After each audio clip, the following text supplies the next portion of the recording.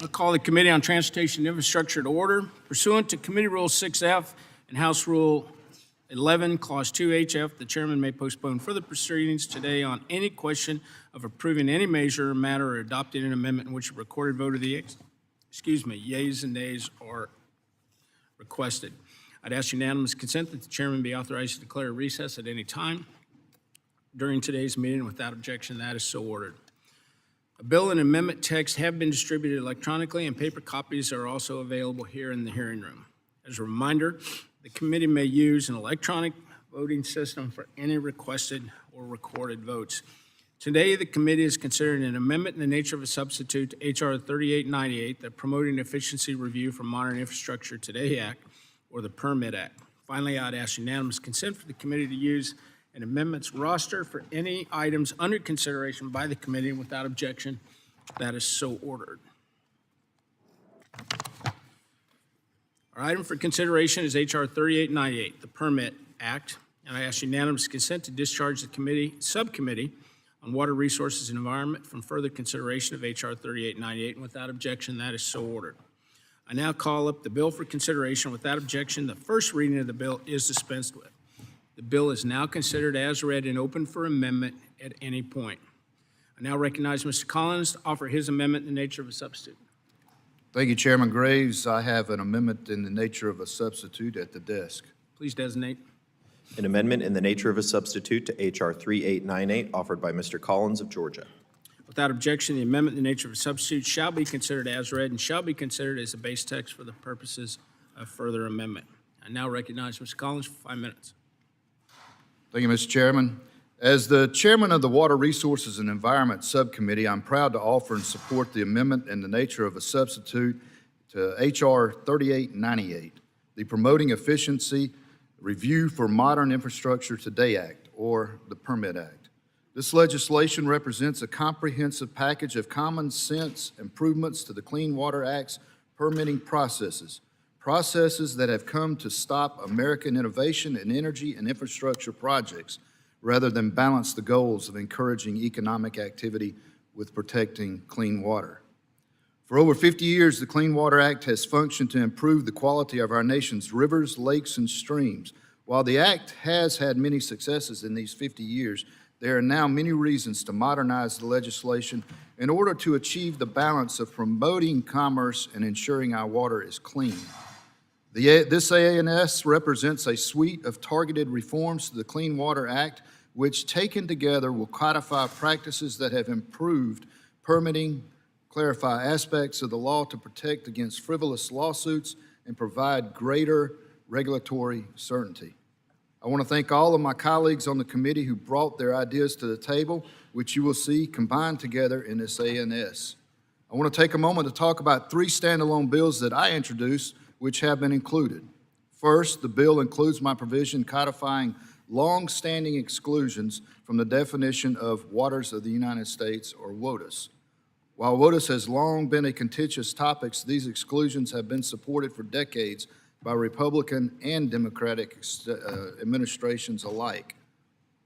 Also included is my bill codifying the Environmental Protection Agency's practice of issuing general permits under the Section 402 point source discharge system.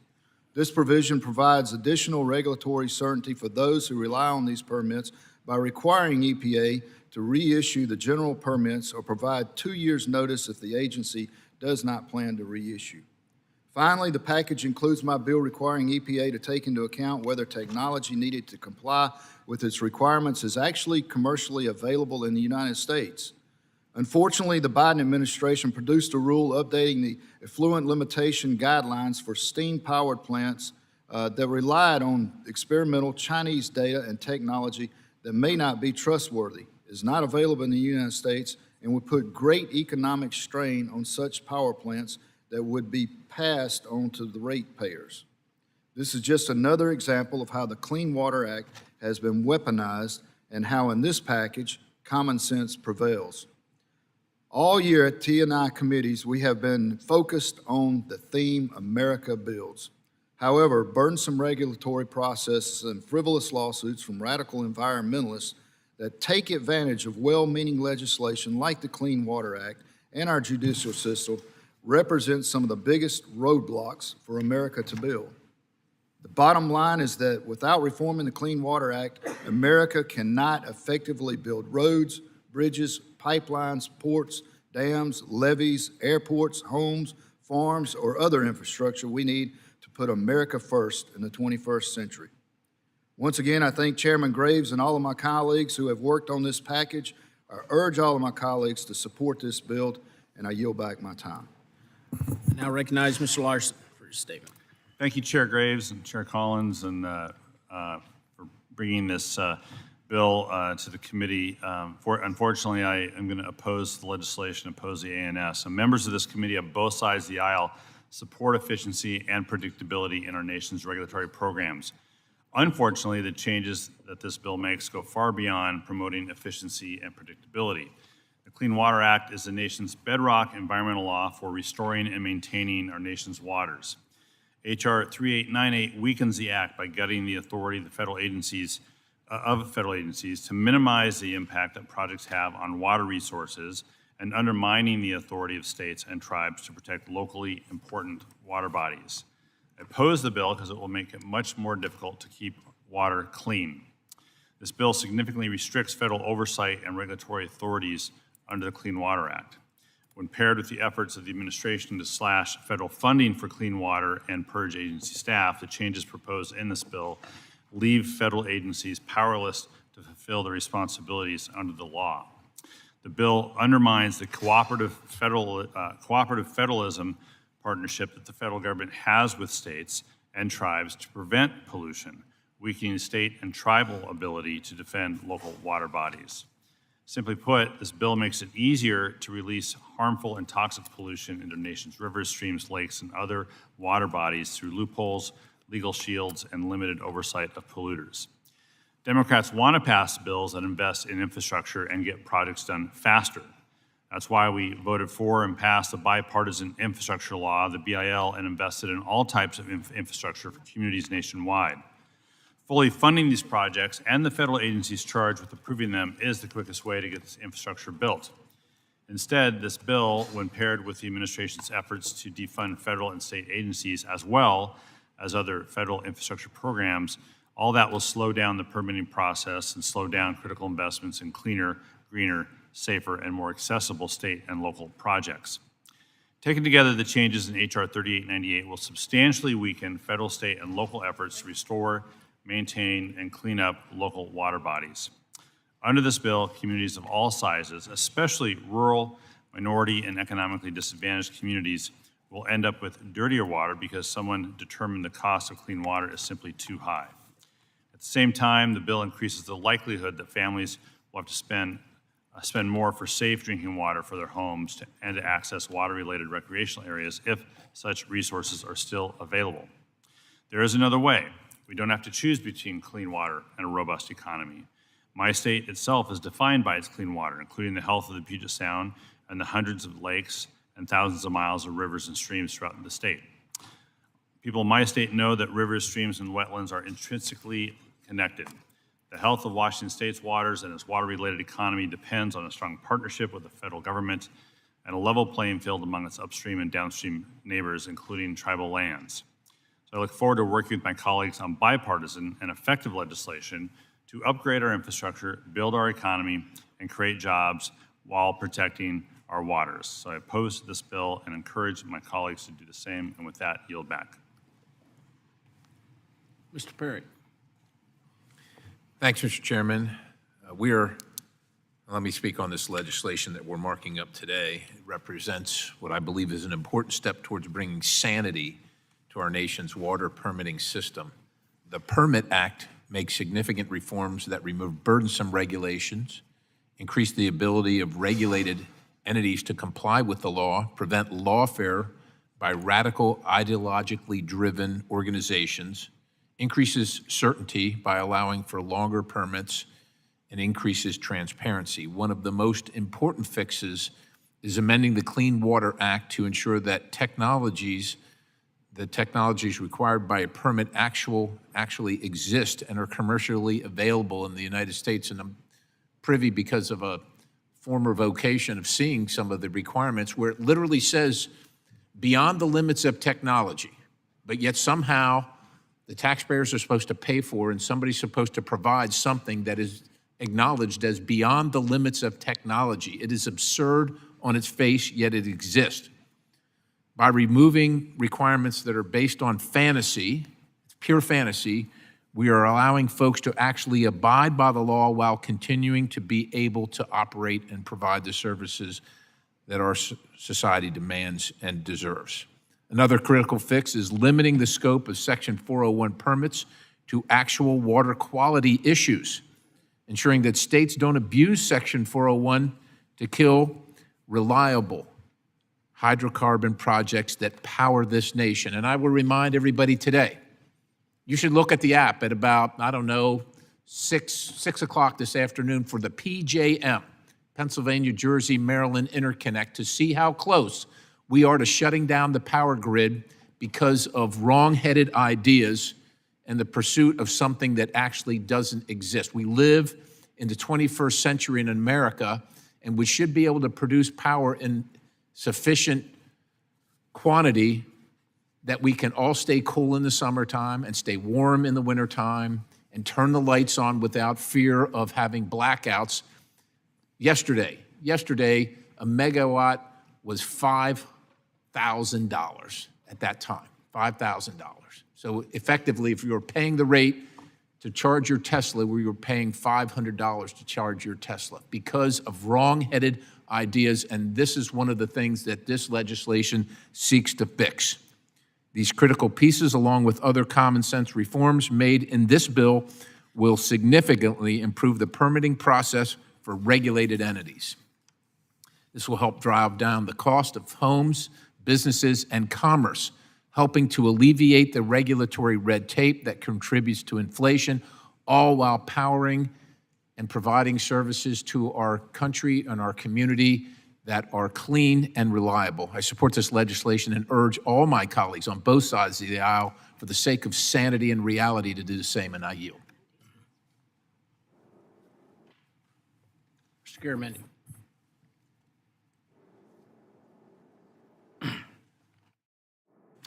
Thank you, Mr. Chairman. I had not intended to speak at this moment, but I can always count on Scott to get me going. Unfortunately, he's leaving.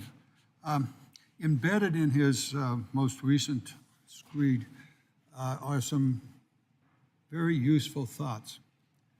With regard to this afternoon and the possibility of a isolated blackout, the issue is not the production of power, but where is the power produced and the interties from that power into those parts of the nation where there is insufficiency.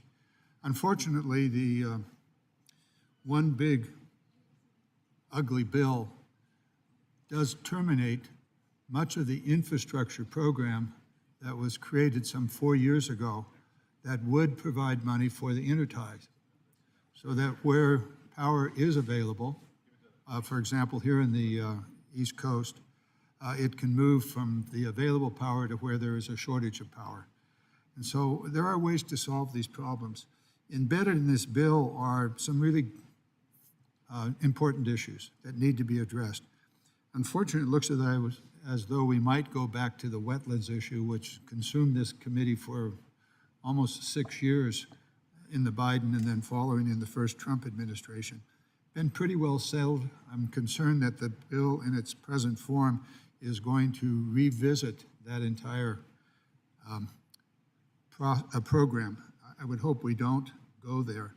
There are many other things that the bill attempts to address problems, but it does it in a way far more and in a way that actually will create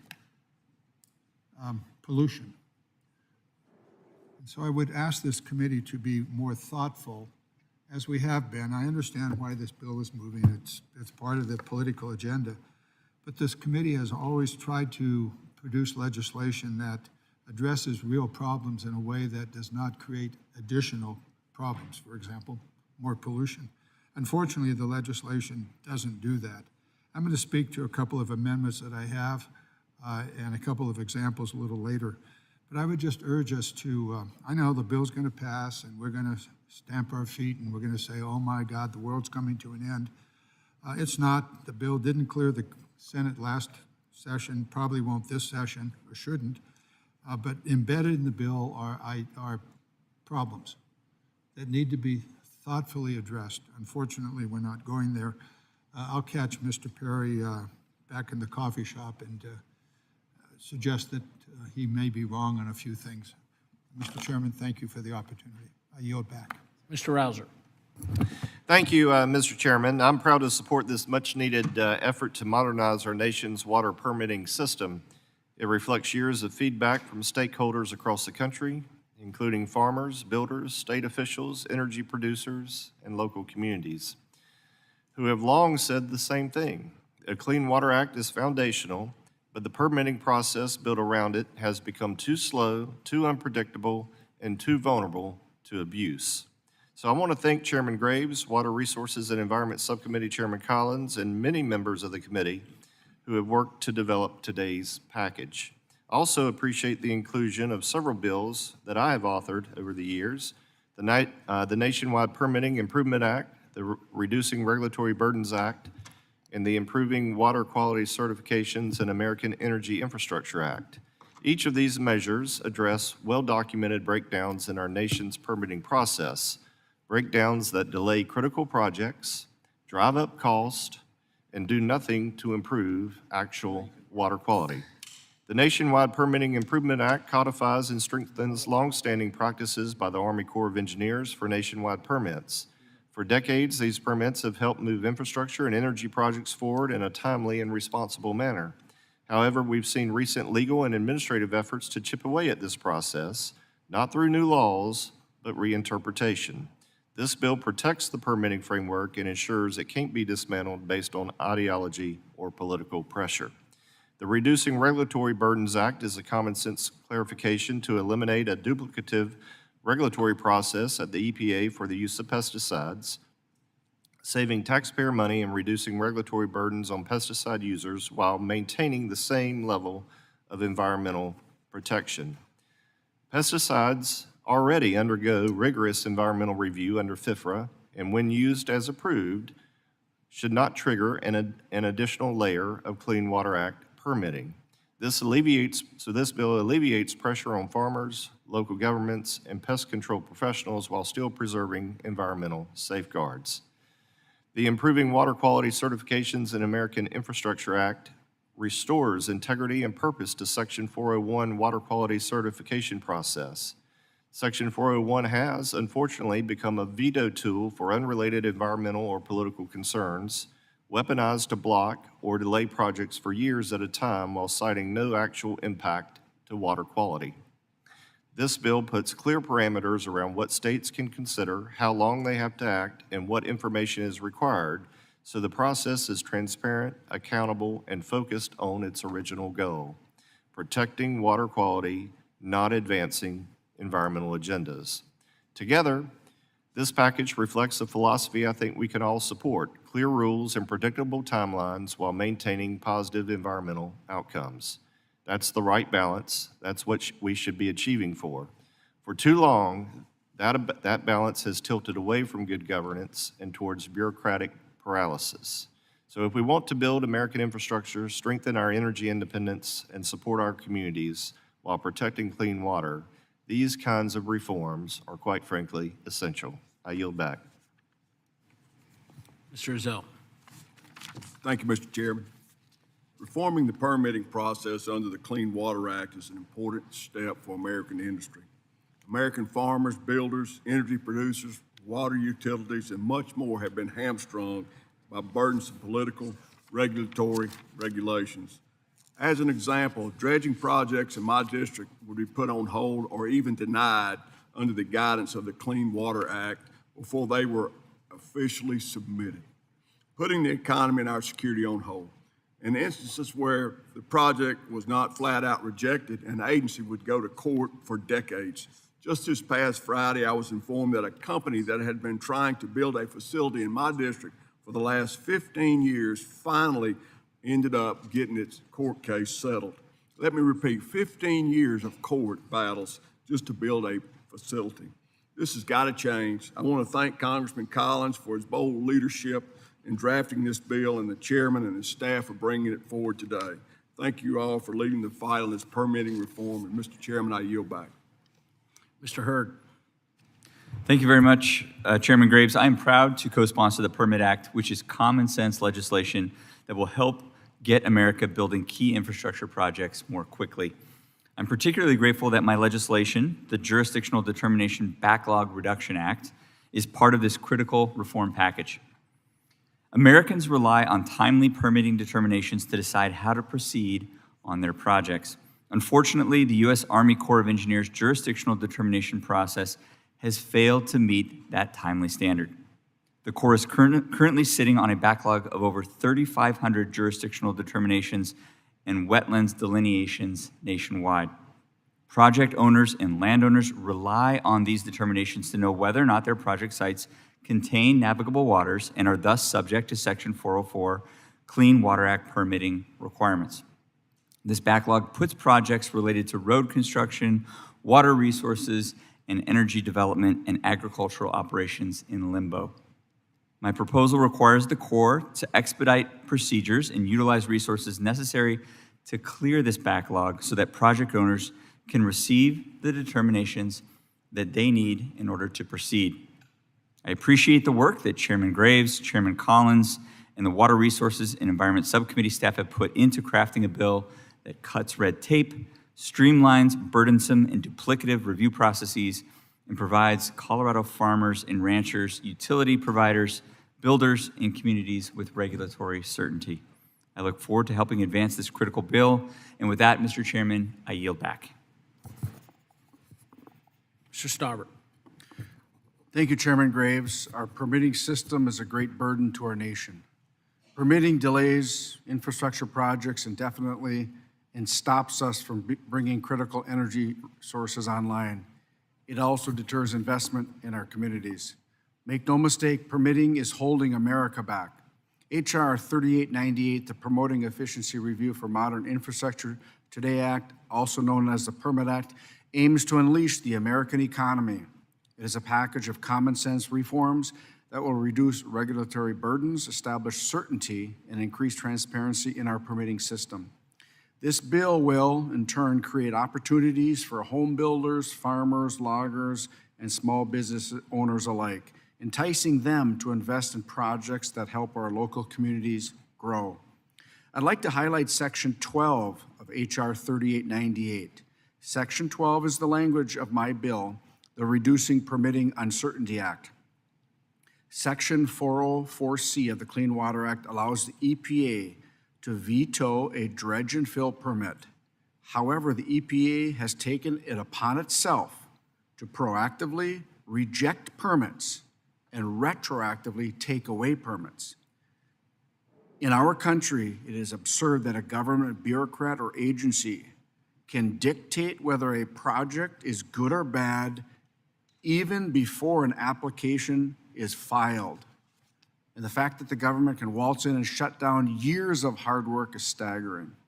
This section of H.R. 3898 is not a dramatic departure from the status quo. It just clarifies a timeline. When an application is pending, the EPA can make a determination on whether to veto. Simple. It does not alter the process, nor does it take away the EPA's right to veto. It returns our process to one that is science and fact-based rather than political. I would like to thank Congressman Collins for his great efforts on this package of reforms, and I yield back. Mr. Shreve. Thank you, Chairman Graves, and thank you to my colleague, Representative Collins, who literally has my back on this committee, for his leadership on this package of common sense Clean Water Act reforms. I was thankful that my bill, H.R. 3934, the Water Quality Standards Attainability Act, was included in Section 2 of this package. Put simply, my bill maintains state leadership in setting their own water quality standards in the Clean Water Act. First, my legislation will ensure that the long-term control plans developed on combined sewer overflow systems, CSOs, are considered by states as they update and modify their water quality standards. These long-term plans guide upgrades and investments, sometimes major investments for our communities, with the goal of mitigating overflows. Long-standing EPA CSO policy has directed states to review and modify existing water quality standards, while municipalities are developing and implementing their own long-term control plans.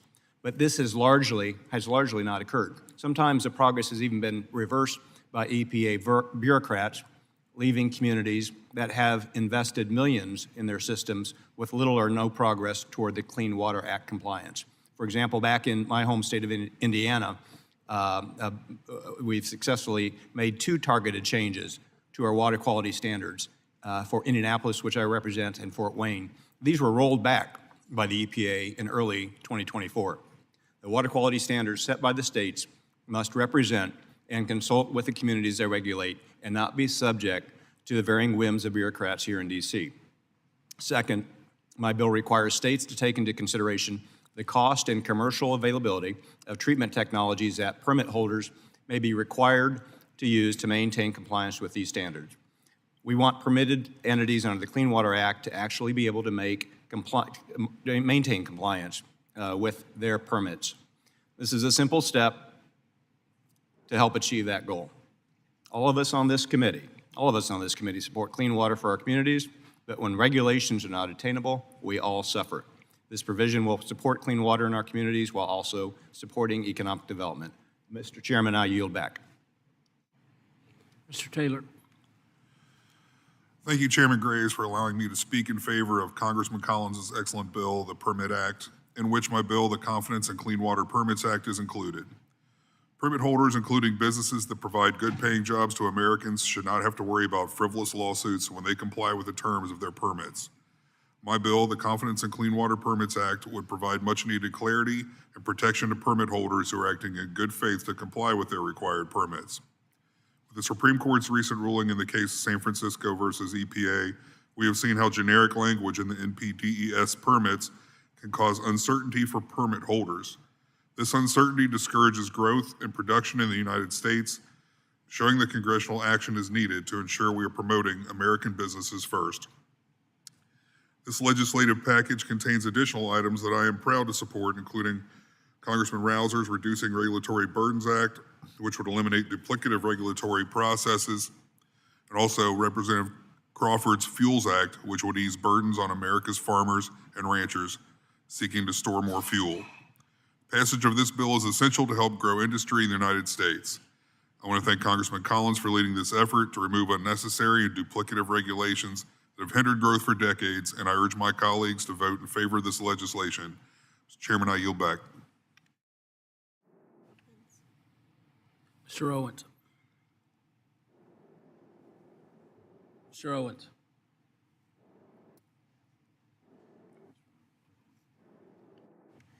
Thank you, Mr. Chairman.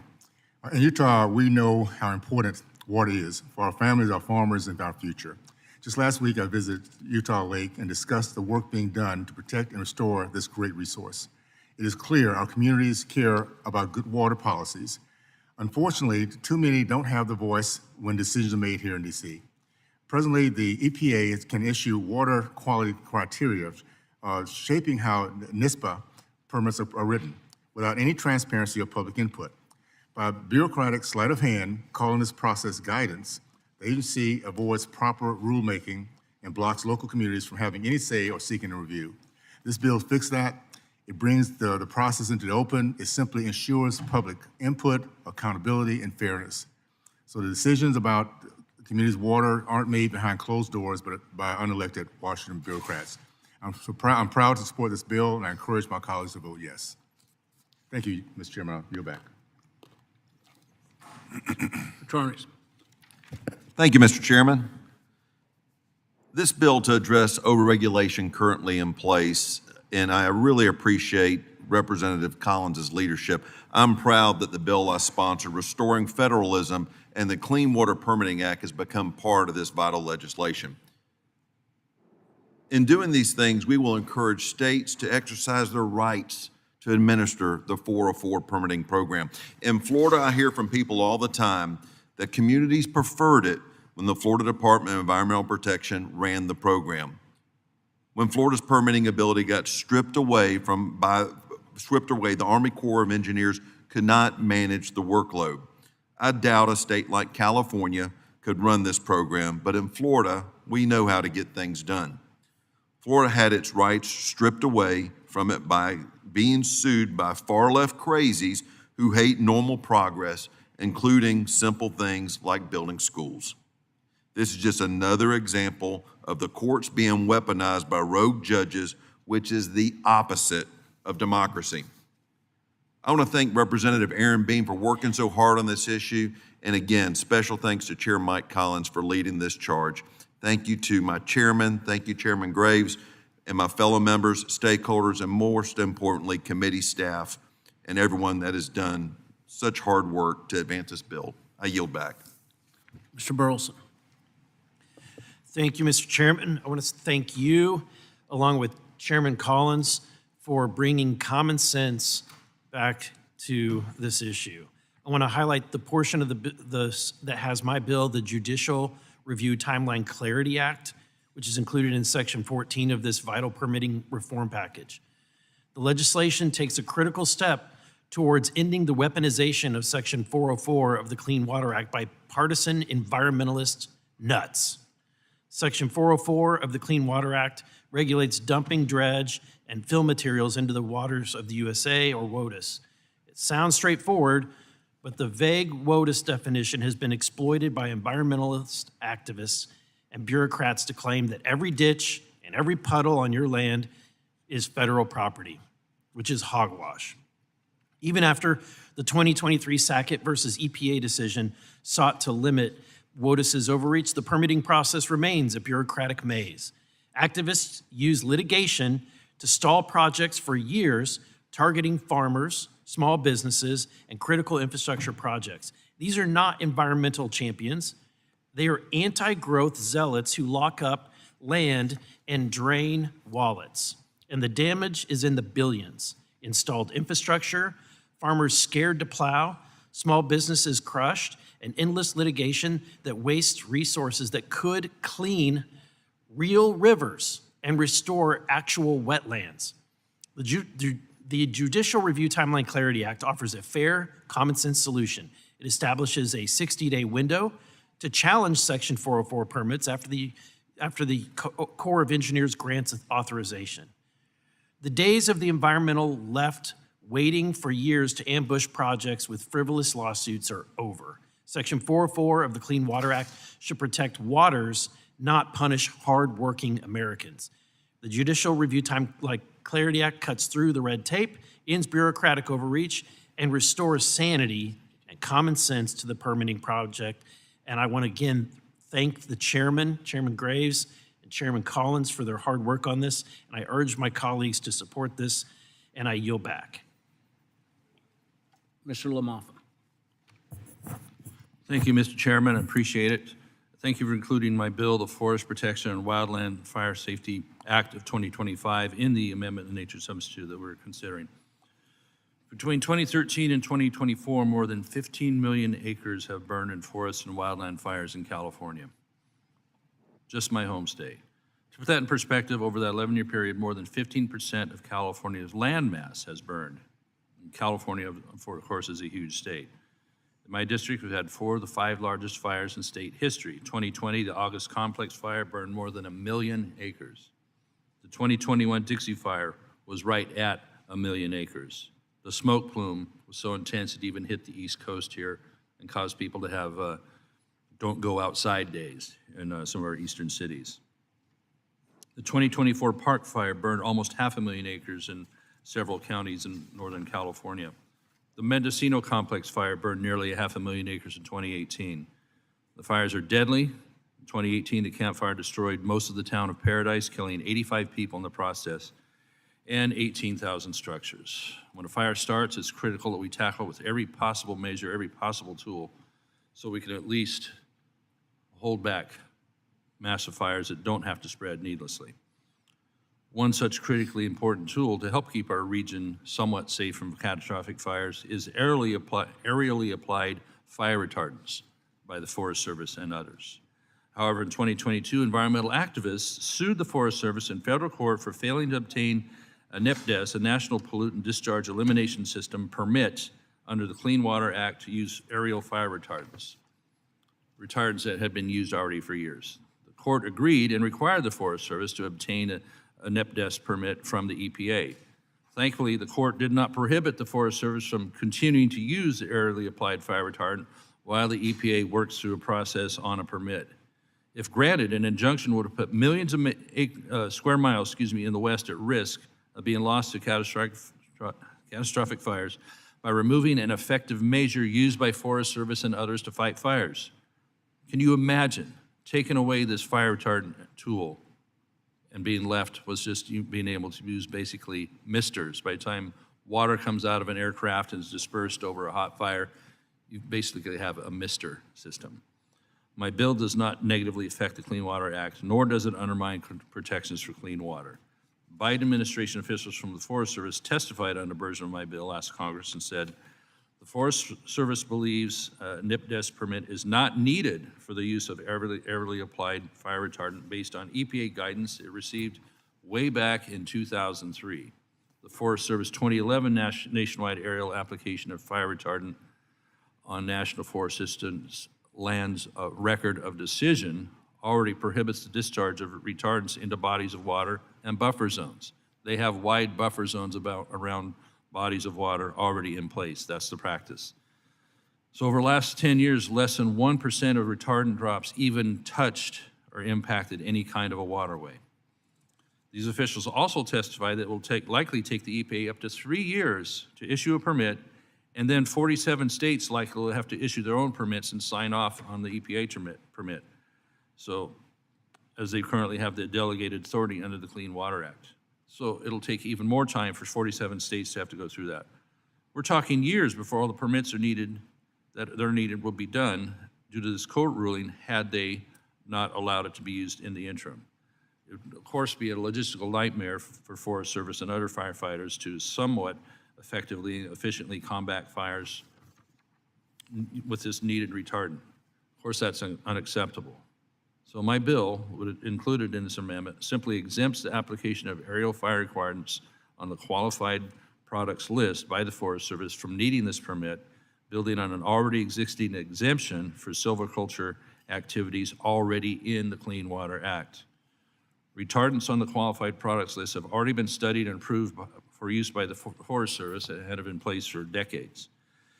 Many of you know my work to improve forest management and reduce risks of fire, but I think Forest Service officials actually summed it up well, saying, and I'll quote, aerially delivered long-term fire retardant is part of an integrated firefighting strategy and is an essential tool the Forest Service and the interagency community uses in support of ground-based firefighting resources. If the Forest Service is only able to use water from air tankers, our ability to successfully suppress fires would be significantly impacted. We believe retardant can be and has been delivered without compromising public health or the environment, end quote. It's a common sense bill that ensures firefighters' hands are not tied and they can use every safe, effective, and efficient measure to try and put out fires to keep our areas safe from rampant wildfire.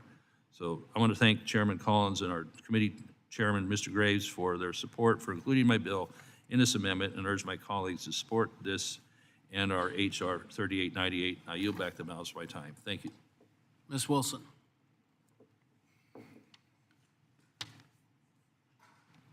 Mr. Chair, I move to strike the last word. Access to clean, safe water should not be a privilege. It's a basic human right. But too many communities across this country, particularly those that are rural, minority, low income, or tribal, still face unequal protection when it comes to water, public health, and environmental safety. The Permit Act, as amended, would make changes to how we evaluate and approve major infrastructure projects. It shortens environmental reviews, limits public participation, restricts judicial oversight, and accelerates decisions that directly affect our air, our land, and our water. Yes, we all want to improve efficiency and avoid unnecessary delays, but not at the expense of oversight, accountability, and the health of our communities. That's why I've introduced an amendment to create a report to Congress on any disproportionate impacts this bill may have on disadvantaged communities, specifically impacts to health, the environment, and local economies. I urge my members to vote no on the underlying bill, and I yield back, Mr. Chair.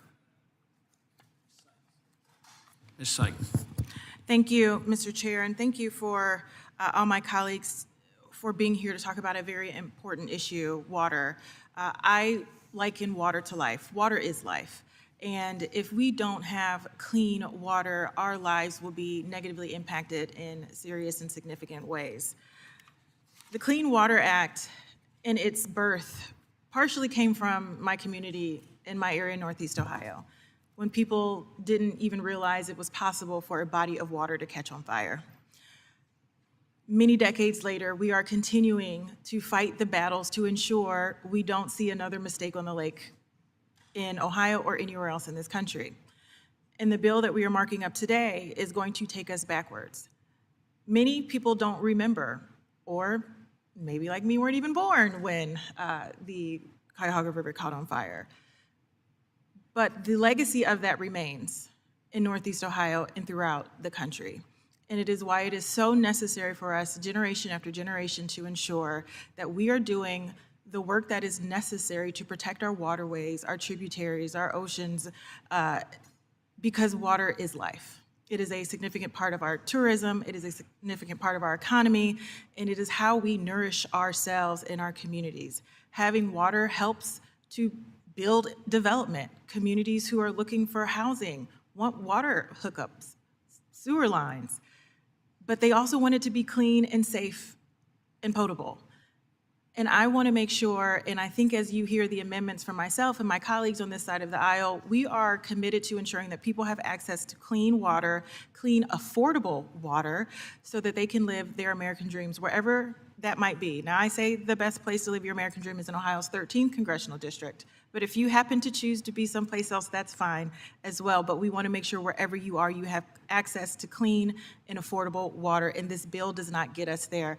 And so I encourage my colleagues to really be thoughtful about how we are approaching clean water and not undermine our ability for life, because water truly is life. Thank you, Mr. Chair, and I yield back. Does anyone else wish to be heard? Seeing no one, we're now considering the bill for amendment, and I have an manager's amendment at the desk.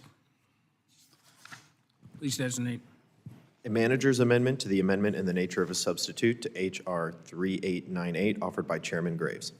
Without objection, the amendment will be considered as read. I recognize myself for 5 minutes.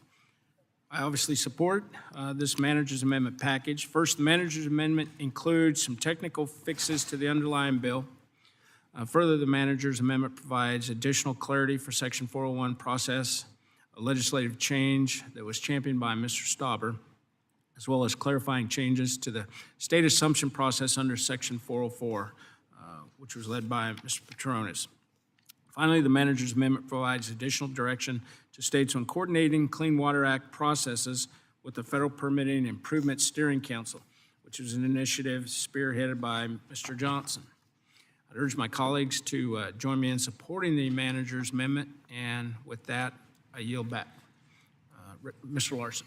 Thank you, Mr. Chair. Mr. Chair, I oppose the manager's amendment. The amendment does make technical changes to the technology review requirements for determining the appropriate level of treatment for the discharge of pollutants into waters. Like the base bill, this amendment tells communities of all sizes, especially rural, minority, and economically disadvantaged communities, that clean water is simply too costly for them to have. This amendment also incorporates the text of two amendments filed individually by my colleagues on the other side of the aisle. The first one modifying language in the underlying bill related to the state assumption of wetland programs. It does not, however, address the fact that language reduces judicial review when states assume responsibility. Second Amendment continues to undermine the partnership between federal and state agencies to protect clean water. The underlying bill pulls the rug out from understates that engage in the cooperative federalism that has made the Clean Water Act successful for over a half a century. The manager's amendment does not improve the bill. It does not defend the state's authorities to protect their waters for public health and the environment. So I do oppose this amendment and urge my colleagues to do the same. With that, I yield back. Mr. Stauber. Thank you, Chairman Graves. My amendment, which is included in the manager's amendment, addresses a pressing and topical issue. For the first time in the history of the Clean Water Act, the United States Army Corps convened a Section 401A2 hearing between the EPA and a project sponsor. In northern Minnesota, New Range Copper Nickel is proposing a copper, nickel, cobalt, and platinum group metal mining project in my district and has purchased an existing brownfield site used by an iron mining company to develop much-needed critical minerals for our 21st century economy. For those that don't know, my district alone accounts for 95% of America's nickel, 88% of America's cobalt, 75% of our platinum, and more than 1/3 of our copper.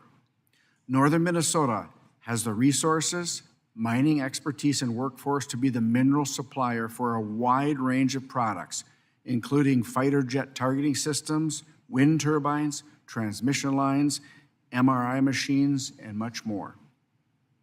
Believe it or not, Mr. Chair, New Range has been in permitting and litigation for over 20 years. The company signed a project labor agreement years ago with the Iron Range Building and Construction Trades. They have won every single lawsuit brought against them. In fact, the water to be recycled by New Range is so clean that it has to be remineralized every time. Unfortunately, former President Biden chose to remand a Clean Water Act permit granted to New Range when he was vice president under the Obama administration. And he weaponized the EPA to force the Army Corps to hold the Section 401A2 hearing. What is particularly frustrating is that it took nearly a year from the initial decision to use this statute to actually hold the hearing. Just a never-ending cycle of delays and uncertainty for my northern Minnesota mining communities. Therefore, my amendment simply requires the federal government and the state to agree to a timeline for the hearing with a project sponsor. This will simply make the process a little less ambiguity. There won't be as much ambiguity, rather, in this process. I thank the chairman for including this amendment in the manager's amendment, and I urge adoption of the manager's amendment, and I yield back. Do any other, Mr. Garamendi? I want to commend my colleague on his ongoing effort to find a way to continue the mining in his region in a way that would be not harm the environment. You made major progress in that, and I commend you for that. I'm concerned, however, with your particular amendment, and this applies to many of the amendments, well, the text of the bill itself, and to some of the amendments that are going to be forthcoming. This legislation relies upon other legislation to be successful. And specifically, the amendment at hand relies upon an EPA and an Army Corps of Engineers that are fully staffed. Unfortunately, in other legislation and efforts by the Doge boys and Musk, the Army Corps of Engineers and the EPA staff are gutted. Army Corps of Engineers lose somewhere between 25% and 30% of their staff. The EPA is even more gutted, and the staff isn't there. So much of this legislation that is being proposed here doesn't work because there's nobody home. And I think we need to broaden our perspective beyond the specific elements of this legislation and look at what is actually happening to our government. And the programs and personnel that we rely upon to protect us and to timely and appropriately move legislation, move regulation. It's a big picture.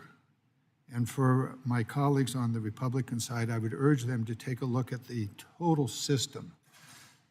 The legislation that's being proposed here relies upon a system that may no longer exist as a result of the extraordinary cuts in personnel that have taken place already, and even more to come in the big ugly bill, the big beautiful bill that is now being worked on in the Senate and will eventually find its way back to the House. We live in a complex world of which there are many moving pieces. And to take one piece, as we are today, and assume that it is going to be effective, although I would disagree with some of these pieces, in a government that has been substantially gutted, doesn't work. You may find that what you wish for is worse as a result of the other elements of government that you are relying upon. I'll let it go at that. I do want to compliment the author of this amendment for working diligently. One more thing that will be coming up is, I'll wait until it comes up. Thank you, Mr. Chairman. I yield back.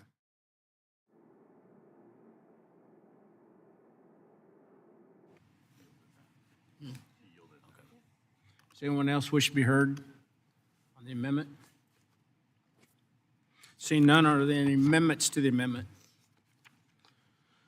Seeing none, the question is on the amendment. All those in favor signify by saying aye. All opposed signify by saying nay. It appears the ayes have it. The amendment, the manager's amendment is agreed to. We're now considering the bill for amendments. For what purposes, Mr. Larson? I have an amendment at the desk. Please designate. An amendment to the amendment in the nature of a substitute to H.R. 3898, offered by Ranking Member Larson, number 01. Without objection, the amendment will be considered as read. And Mr. Larson, 5 minutes. Thank you, Mr. Chair. My amendment removes 3 provisions from the bill which undermine the partnership the federal government has had with states and tribes to protect against the pollution of local water bodies. Much of the success of the Clean Water Act comes from the shared responsibility between federal agencies and states in protecting clean water. The Act established strong technology-based standards as the federal floor for protecting clean water, but allows states to impose more stringent standards where necessary to protect locally important water bodies, as well as to assume day-to-day implementation of clean water programs. This partnership model has doubled the number of waters that are safe for fishing, swimming, and drinking since the Act's enactment in 1972. The underlying bill will undermine that partnership. This amendment restores the ability of states to make these locally important decisions related to local water quality. My colleagues claim that a handful of states are abusing their Clean Water Act authority to block critical energy development projects from moving forward. This suggests that certain states are misusing the authority to block all kinds of projects for reasons wholly unrelated to the protection of local water quality as a justification for the changes in the underlying bill. However, facts suggest otherwise. According to state data, during the 5 decades since Congress enacted Section 401 in the Water Quality Improvement Act of 1970, state water quality agencies have diligently processed thousands of requests each year with little controversy.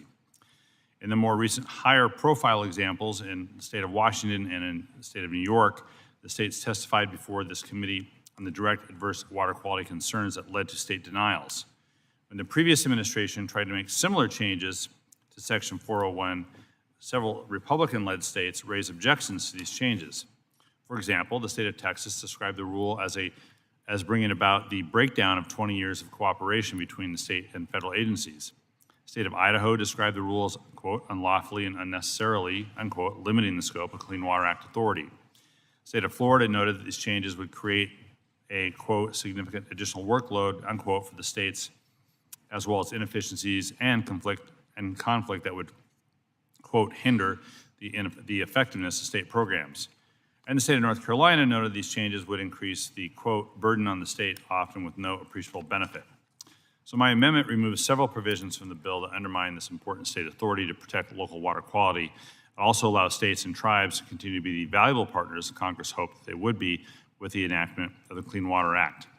In many instances, states are better suited to understand the unique needs, demands, and importance placed on local water bodies. My amendment would allow states to continue to lead local efforts to protect clean water, and so I urge its adoption. With that, yield back. Mr. Rouser. Thank you, Mr. Chairman. And put this very simply, the amendment in the nature of a substitute closes loopholes that blue states and radical environmentalists have used to stop important projects. That's just true.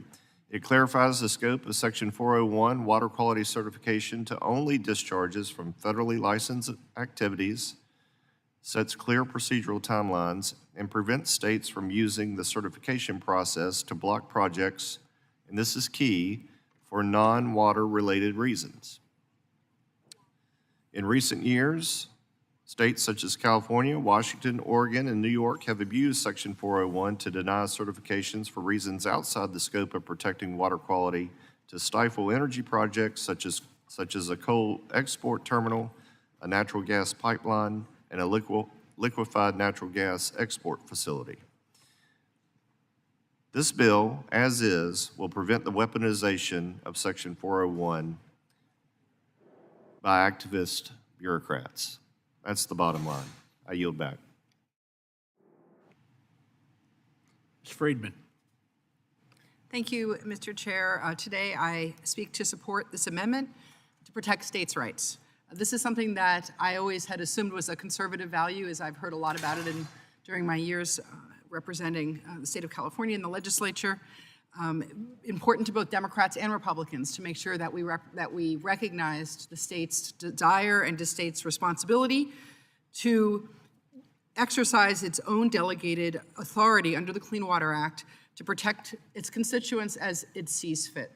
Now, I don't believe that it's radical environmentalism when my community wants to make sure that what happened to the San Fernando Valley aquifer, which even during drought is unable to be drawn out and used because of historic pollution, when they worry about contamination from PFAS and perchlorate and other chemicals in the local water supply, it's not radical environmentalists for those constituents, those moms, those kids, to want to make sure that the water that they're drinking is safe and that we prevent the kind of contamination that we have seen in the past.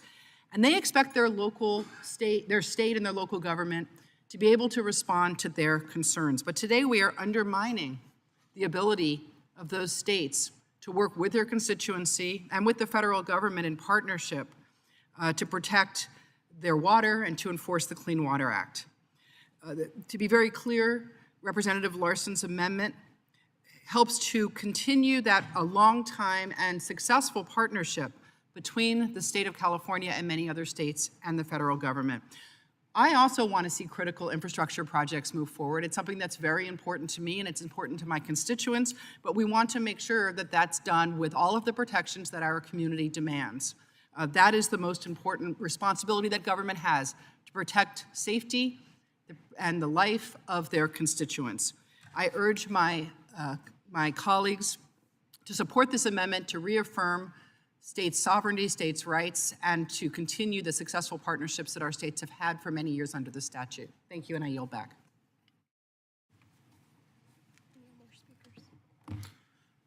Does anyone else wish to be heard on the amendment?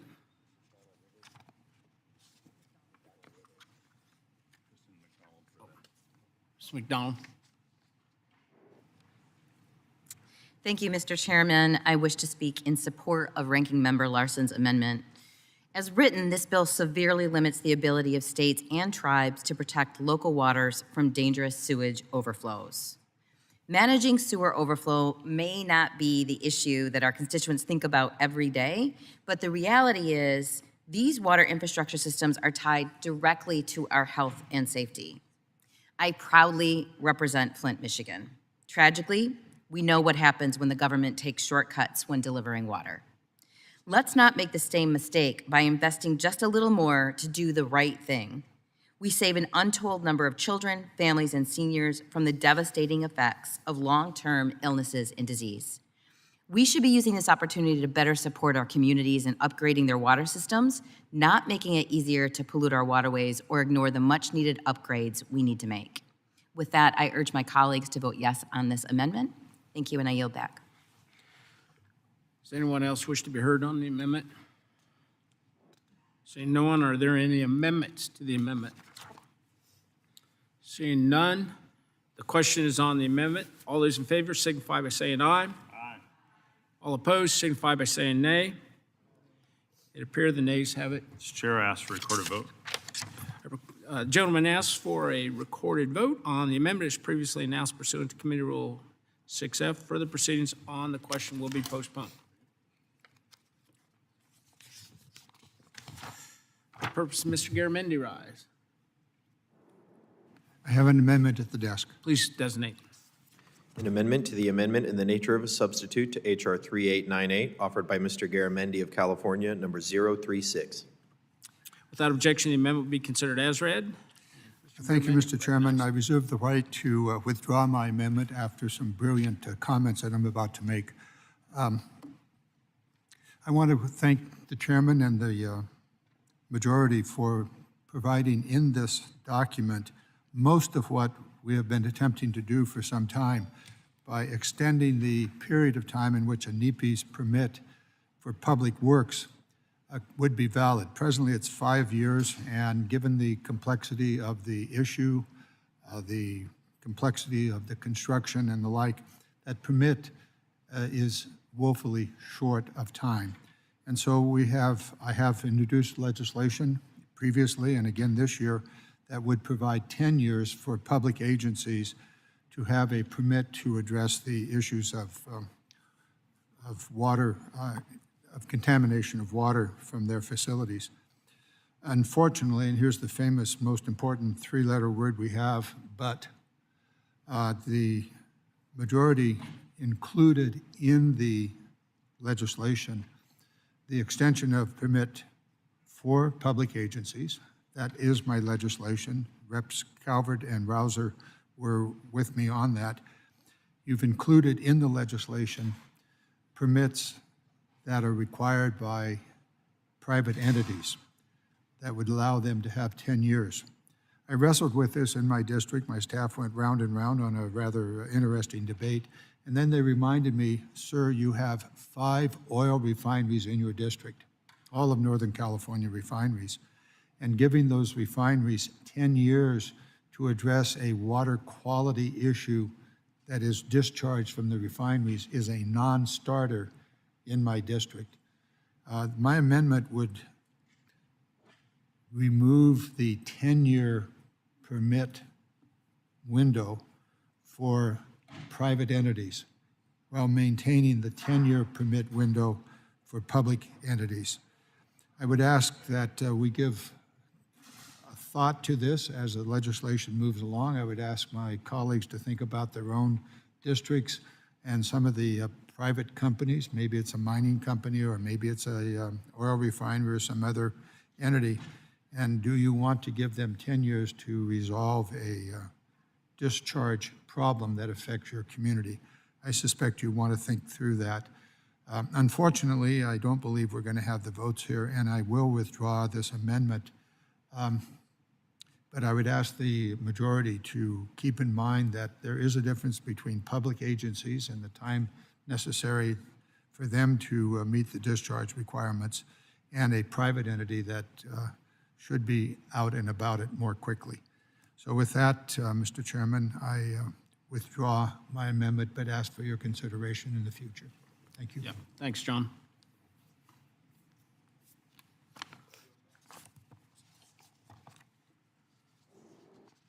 Fourth person, Ms. Titus Rise. Thank you, Mr. Chairman. I have an amendment at the desk. Please designate. An amendment to the amendment in the nature of a substitute to H.R. 3898, offered by Ms. Titus of Nevada, number 173. Without objection, the amendment will be considered as read. Ms. Titus, recognized. Thank you, Mr. Chairman. I have grave concerns about the long-term implications of this bill on critical protections for waterways across the United States, but especially in Nevada and other arid regions of the Southwest. The Clean Water Act, signed into law in 1972 by a Republican president, is the main federal law protecting our waterways in the country. In 2023, as we have been discussing, the Supreme Court issued its decision in Sackett versus EPA that significantly reduced the waters that are protected under this critical law. By stripping critical protections for a vast quantity of wetlands and streams across the U.S., Sackett exposed communities to increased flooding. It threatened their drinking water, and it destroyed critical ecosystems. Now Republicans are seeking to codify a key element of Sackett in this bill by exempting ephemeral streams from Clean Water Act protections. This would be especially devastating in Nevada, where nearly 88% of streams are ephemeral. This includes streams that feed into the Colorado River and will have a profound impact on drinking water supplies throughout the basin. This impact extends far beyond Nevada. Not only is it 88% of streams in Nevada, 86% of streams in Arizona are ephemeral, 70% in New Mexico, 42% in Utah, and 79% in California. So this is clearly a regional issue. I say enough is enough. We're already grappling with limited water resources out west. We're in drought conditions, and climate change is only going to exacerbate this problem. We really cannot afford to be scaling back critical protections for our waterways and what little bit of water we've got left. My amendment would provide a critical backstop to prevent these provisions from taking effect if they would result in 70% or more of any state's waters losing historical federal protection under the Clean Water Act. I urge my colleagues to do the right thing and vote to support this amendment that protects waters of the West. Thank you, and I yield back. Does anyone else wish to be heard on the amendment? Seeing none, I now recognize myself. Unfortunately, I do oppose this amendment. I think it serves to delay the implementation of the legislation. I also think that it denies states that are hardest hit by the WOTUS definition from the relief that they need the most. The underlying text, it does codify longstanding exemptions from the definition of a WOTUS, which establishes the scope and jurisdiction of the Clean Water Act. I look forward to continuing to work with the Trump administration on a clear and durable definition of WOTUS that adheres to the Supreme Court's Sackett decision. And with that, I yield back. Are there any amendments to the amendment? Seeing none, the question is on the amendment. All those in favor signify by saying aye. All opposed signify by saying nay. It appears the nays have it. The gentlelady requests a vote on the amendment as previously announced pursuant to Committee Rule 6F. Further proceedings on the question are postponed.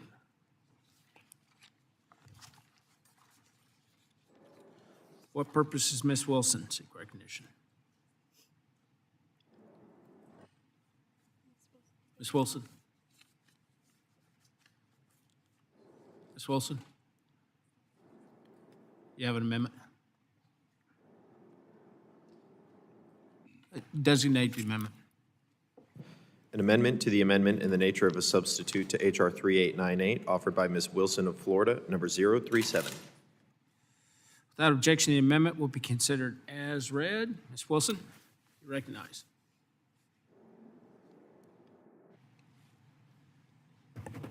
In my district of South Florida, where I represent communities, are already dealing with contamination and aging water systems. There are not abstract concerns. They are everyday threats to public health. This amendment is about fairness, transparency, and ensuring that no one gets left behind. It serves as a call to action to understand the real, tangible consequences of our policy and its effect on human health. environmental quality, and local economies. While the Clean Water Act has made great strides to improve our environment, gaps in its environmental regulations have often left behind marginalized communities, denying them access to clean water. That's why I have this amendment that requires the Environmental Protection Agency and the Army Corps of Engineers to report the adverse effects this legislation causes our communities. The EPA and Corps will be mandated to deliver a comprehensive report to unveil the stark truths of the accessibility of clean water. For too long, marginalized communities have endured the disproportionate burdens of lax environmental regulation, leading to devastating impacts on their well-being and prosperity. Everyone deserves to breathe clean air and drink safe water. I urge my colleagues to rally behind this amendment, not just as a policy change, but as a commitment to a future where environmental justice is not just a catastrophe, but a lived reality for every citizen, regardless of their background or zip code. And I yield back. Mr. Rouser. Mr. Chairman, I oppose this amendment. The amendment as written would only focus on disparate impacts and would force EPA and the Corps to ignore the positive economic impacts that speedy and efficient permitting can provide communities, especially those in need of economic invigoration, which is just about every community. I yield back. Mr. Larson. Mr. Chair, I support this amendment. Amendment requires the EPA administrator to issue a report to Congress on any disparate impacts or unintended consequences of this bill on minority, rural, economically disadvantaged, or tribal communities. Previous administration made a tremendous effort to promote the fair treatment and meaningful involvement of all people with respect to the development, implementation, and enforcement of environmental laws, regulations, and policies. And the goal of that effort was to ensure that everyone could enjoy the same degree of protection from environmental and health hazards and have equal access to the decision-making process, to have a healthy environment in which to live, learn, and work. Representative Wilson's amendment would direct the EPA administrator to investigate potential unintended consequences and issue a report to Congress. I support this amendment and encourage my colleagues to do the same. Anyone else wish to be heard on the amendment? Seeing no one, are there any amendments to the amendment? Seeing none, the question is on the amendment. All those in favor signify by saying aye. Aye. Aye. All opposed signify by saying nay. It appears the nays have it. The nays do have it. The amendment is not agreed to. Ms. Titus. Ms. Titus, you have an amendment. Thank you, Mr. Chairman. I have an amendment at the desk. Please designate. An amendment to the amendment in the nature of a substitute to H.R. 3898, offered by Ms. Titus of Nevada, number 031. Without objection, the amendment will be considered as read. Ms. Titus, you recognize on behalf of Mr. Stanton.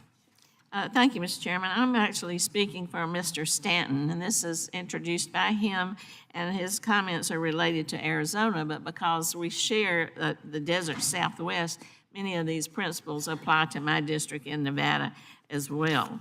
So it's all across the Southwest, much as the amendment that I introduced earlier. Mr. Stanton's amendment starts from the premise of do no harm. This amendment would pause the implementation of any of the changes proposed in the bill until the EPA administrator determines that they will not have an adverse effect on drinking water sources or on the health of surface waters in arid and desert-prone areas.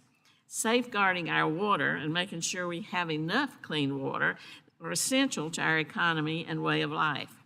In Arizona, 54% of the water supply comes from surface water, including the Colorado River and other in-state rivers like the Salt and the Verity rivers. Safeguarding these surface waters is a priority for everyone across the state and across the Southwest. Extreme heat and drought that were once an arid region issue now are being felt nationwide. We're feeling them here in Las Vegas too, but we're feeling them here in Washington this week. Just go outside. And the corresponding uncertainty highlights the critical importance of protecting our rivers, streams, lakes, and groundwater recharge areas as potential drinking water sources. This concern is compounded by the Sackett decision, which virtually eliminated federal protection of intermittent ephemeral streams, which I mentioned earlier, that are a source of public drinking water for 117 million Americans and more than 3.2 million Arizonans. We need to be more vigilant in our efforts to safeguard these water bodies, not less, and we need to protect those that are under the Clean Water Act.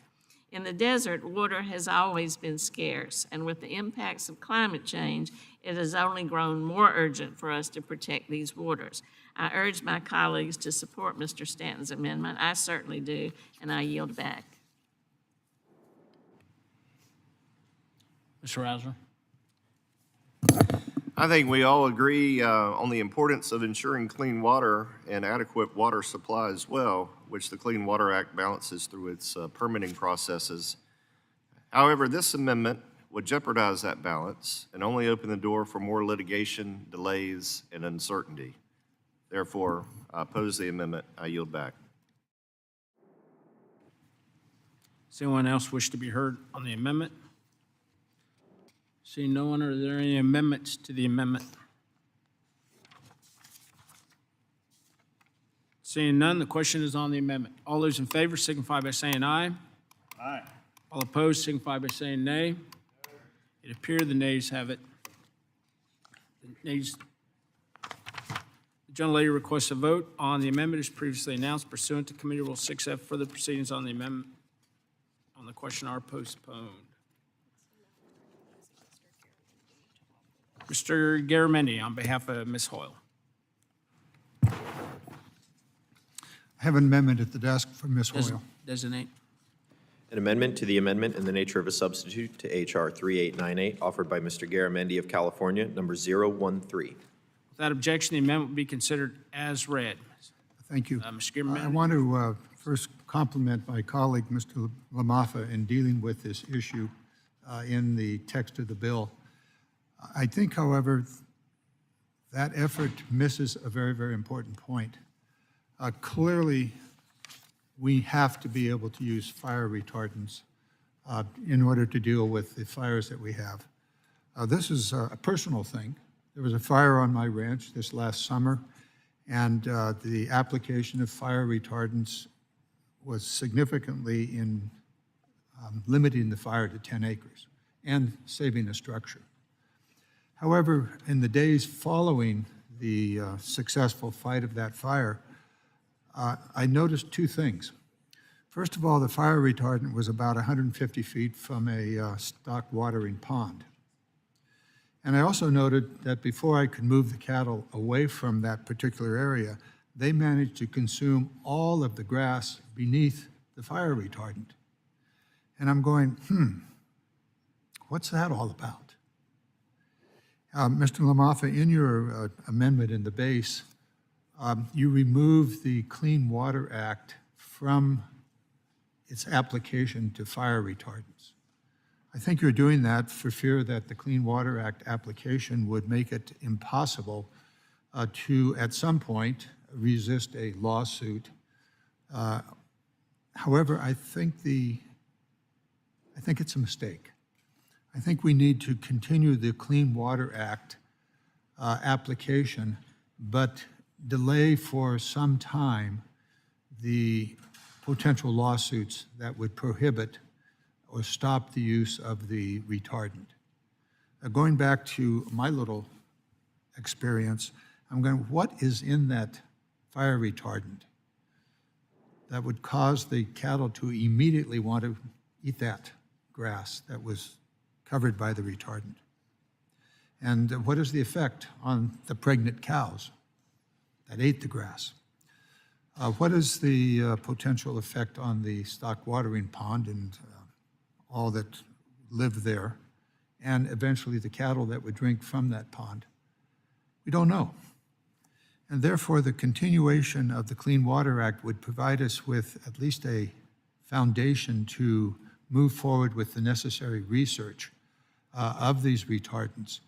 And also in the larger context of the bill, there seems to be an effort to move away from additional research, for example, PFAS contamination and various techniques to remove PFAS. And the majority is correct. We really don't have good technology presently to deal with PFAS.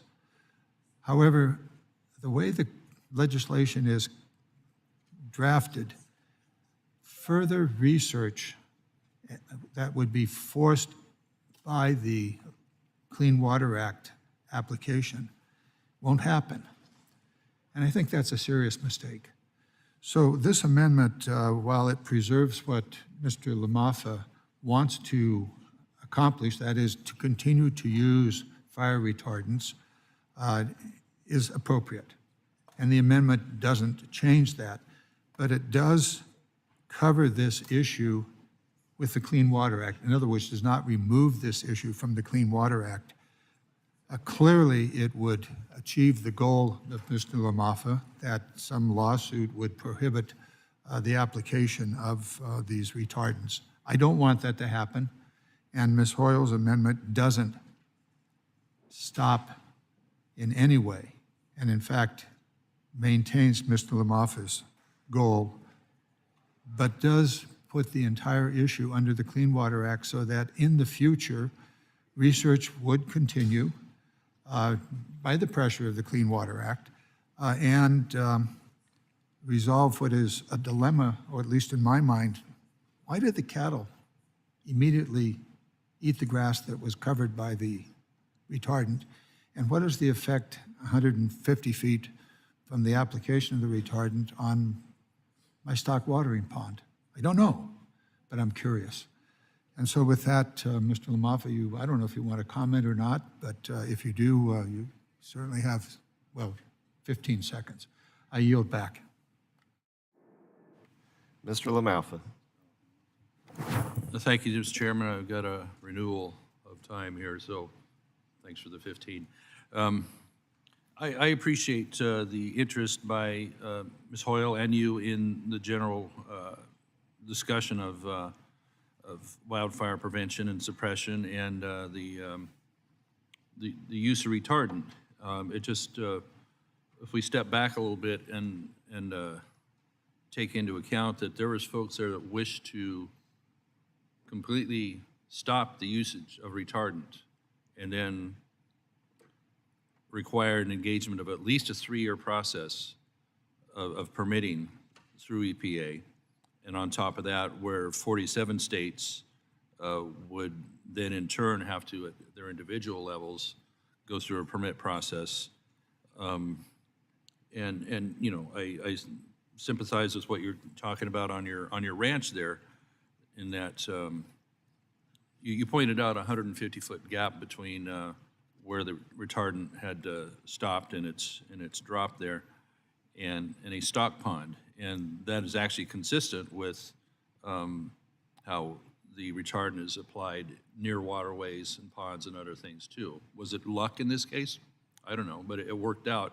It did not get into the waterway, and they have an extremely good record on those material not reaching waterways, and so that's already a known goal and factor in the decisions of how it's utilized. So, but to not have this tool and to require this level of permitting and then open the door to lawsuits in a very short amount of time that could tie this up forever. I mean, we can't afford to gamble with this. And so what we're building on last year is one that has better information, better data that it was finally provided to us by Forest Service and especially EPA that helped us to go better with a better, stronger, go forward with a better, stronger bill that precludes this. This is not a new material. This has been around for a couple decades to pretty darn good effect. And as I mentioned in my opening comment on this is that if we don't have this material and we're trying to put out fire with straight water, basically we'll have a situation where we're using a mechanical mister to try and do so. If we do not have this tool, and we're in very strong danger of losing this tool if we have to go through a very, very elaborate process for an already known, already approved material that has been, for folks, for whatever reason, are seeking to now hold that up. And Would the there's gentleman nothing yield? that precludes additional research to happen concurrently. We just don't need to have it happen in the shadow of a possible lawsuit taking away this tool at any moment. So I'll yield you some time, sir. Thank you, Mr. LaMava. I want to commend you for the underlying bill. I agree with you 100%. We have to have this tool. Lawsuits, an example is extent, would make this tool unavailable. Your legislation makes it very clear that the lawsuits cannot proceed and cannot stop the use of this tool. And I agree totally with that. Ms. Hoyle's amendment deals with the removal of this tool from the Clean Water Act.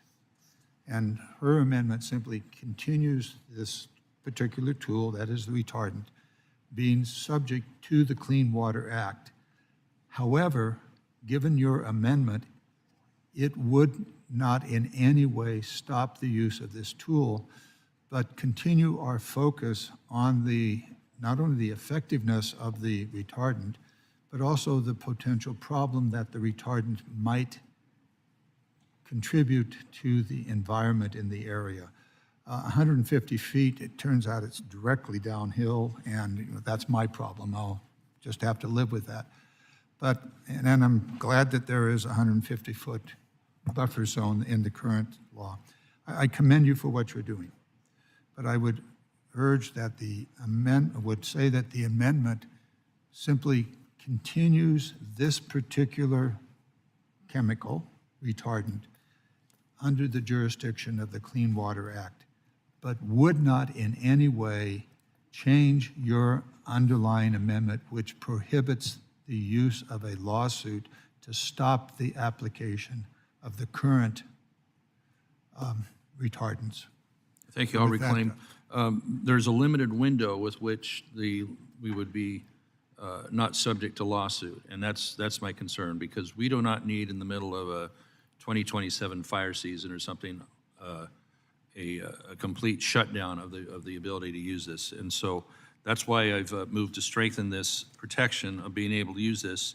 We're in no way precluding the additional research for a decades-old material that has been used successfully all this time with, as long as applied properly, not near waterways, that we show good success. So I need to yield back. Thank you, Mr. Chair. The chair appreciates the yield back.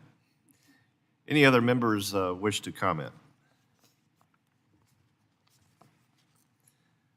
Well, let me say I oppose this amendment. Over the last year, communities across our country have faced devastation caused by wildfires. The underlying bill will exempt aerial fire retardants from requiring a permit under the Clean Water Act. This is effectively codifying the EPA's longstanding position on the issue, which changed only recently due to litigation from environmentalist groups.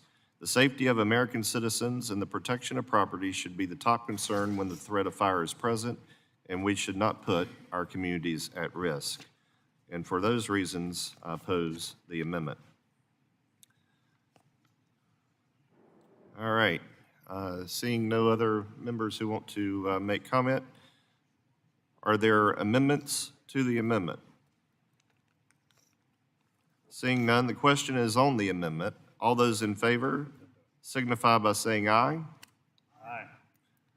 All those opposed signify by saying nay. In the opinion of the chairs, the nays have it. Yes, sir.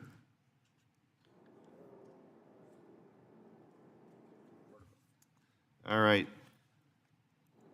The gentleman, on behalf of Mrs. Hull, requests a vote on the amendment as previously announced pursuant to Committee Rule 6F. Further proceedings on the question are postponed.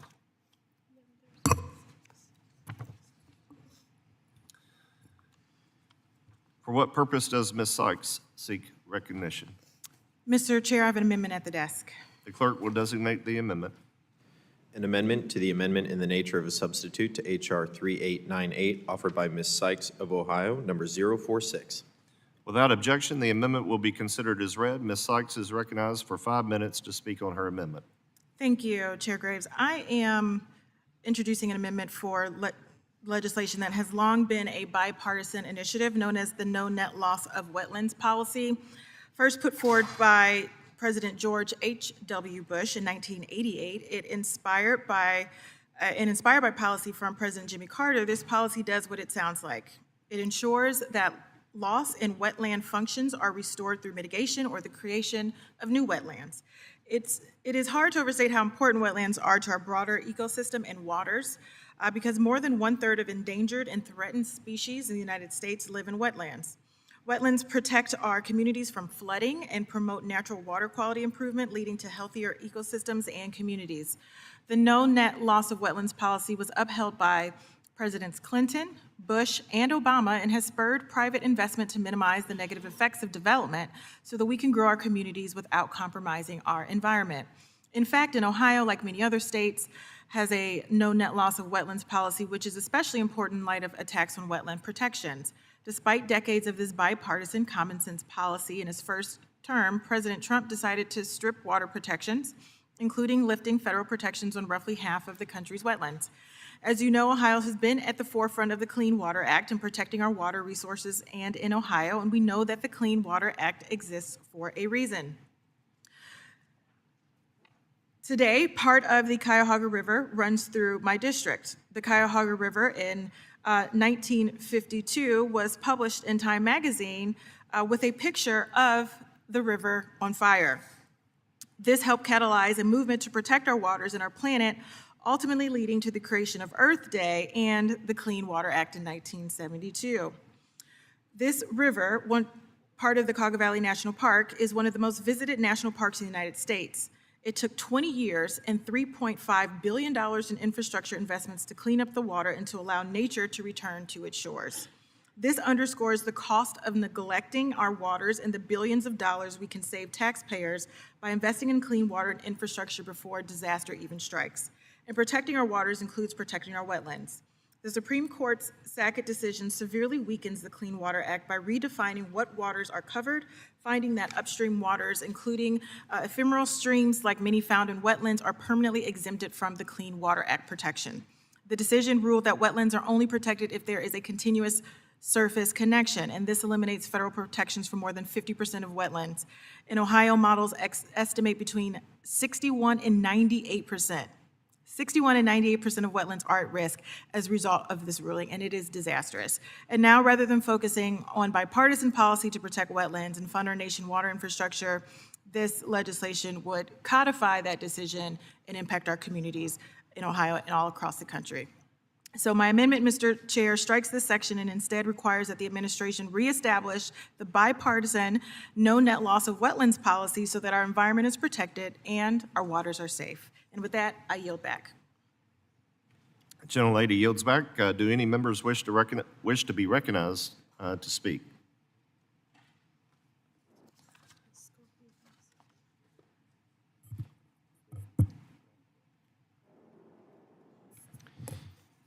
Thank you, Mr. Chairman. I'd like to speak on behalf of... Yes, you're recognized. Sorry. Thank you. Apologies. Yeah. Okay. Thank you, Mr. Chairman. I'd like to speak on behalf of this amendment offered by a fellow Great Lakes state member here. We know how important these freshwater resources are, and the Sackett versus EPA decision took our country in the wrong direction when it came to these wetlands, which, as Ms. Sykes said, provide such incredible natural barriers to flooding. In the decision in Sackett versus EPA, Justice Alito wrongly calls them fetid waters. They're anything but. They provide incredible natural barriers to pollution and flooding in our Great Lakes. We can come together and find a solution around how to make sure that individuals who don't intend to pollute our wetlands get the permits that they need to move forward without filling up these critical wetlands and contaminating our waters. And I invite my colleagues on the other side to come together and ensure that this happens. But the no net loss of wetlands is a longstanding bipartisan solution, and I strongly support this amendment. Any other members wish to be recognized? Well, I'd like to thank Ms. Sykes for her amendment. I recognize myself for 5 minutes to speak on it. Unfortunately, I oppose the amendment. This legislation codifies longstanding exemptions to the WOTUS definition for waste treatment systems, prior converted cropland, groundwater, and ephemeral features that have been reaffirmed by both Democrat and Republican administrations. This amendment would add unnecessary complexity and uncertainty, and therefore I must oppose. Let's see here. Are there amendments to the amendment? Seeing none, the question is on the amendment. All those in favor, say aye. Aye. All those opposed, say nay. In the opinion of the chair, the nays have it. The amendment is not agreed to. Mr. Chair, I request a recorded vote. The gentlelady requests a vote on the amendment as previously announced pursuant to Committee Rule 6F. Further proceedings on the question are postponed.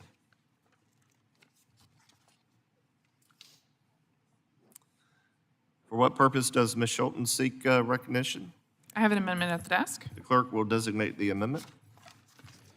An amendment to the amendment in the nature of a substitute to H.R. 3898 offered by Ms. Skolten of Michigan, number 027.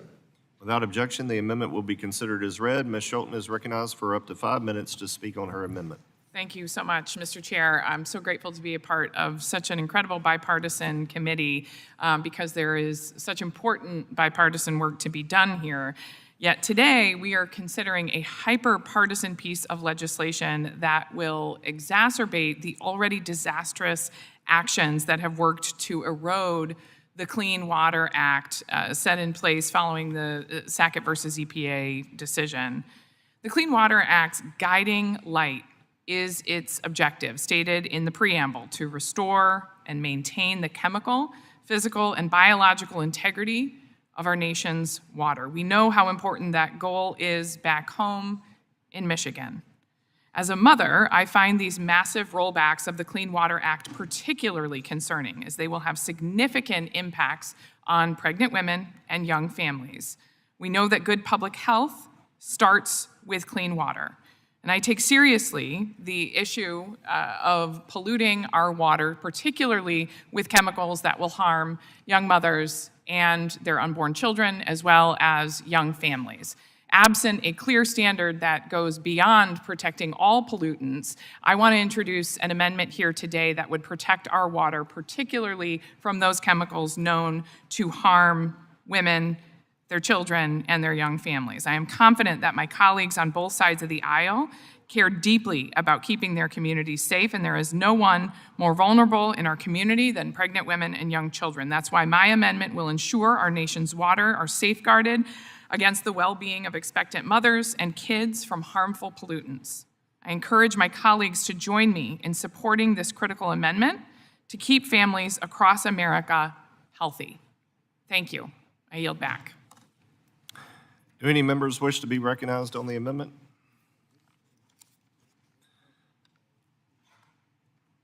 Seeing none, I recognize myself for 5 minutes to speak on the amendment.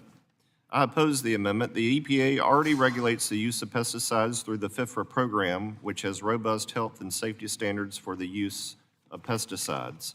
The underlying bill clarifies that the use of pesticides, which have already been proven by the EPA to meet health standards, do not need a duplicative permitting process under Section 402 of the Clean Water Act. Therefore, this amendment, quite frankly, is not necessary, and I oppose it. With that, I yield back. Are there any further speakers on the amendment? Seeing none, are there amendments to the amendment? Seeing none, the question is on the amendment. All those in favor, say aye. All those opposed, say nay. In the opinion of the chair, the nays have it. The amendment is not agreed to. Mr. Speaker, I request a recorded vote. Gentlelady requests a recorded vote. As previously announced pursuant to Committee Rule 6F, further proceedings on the question are postponed.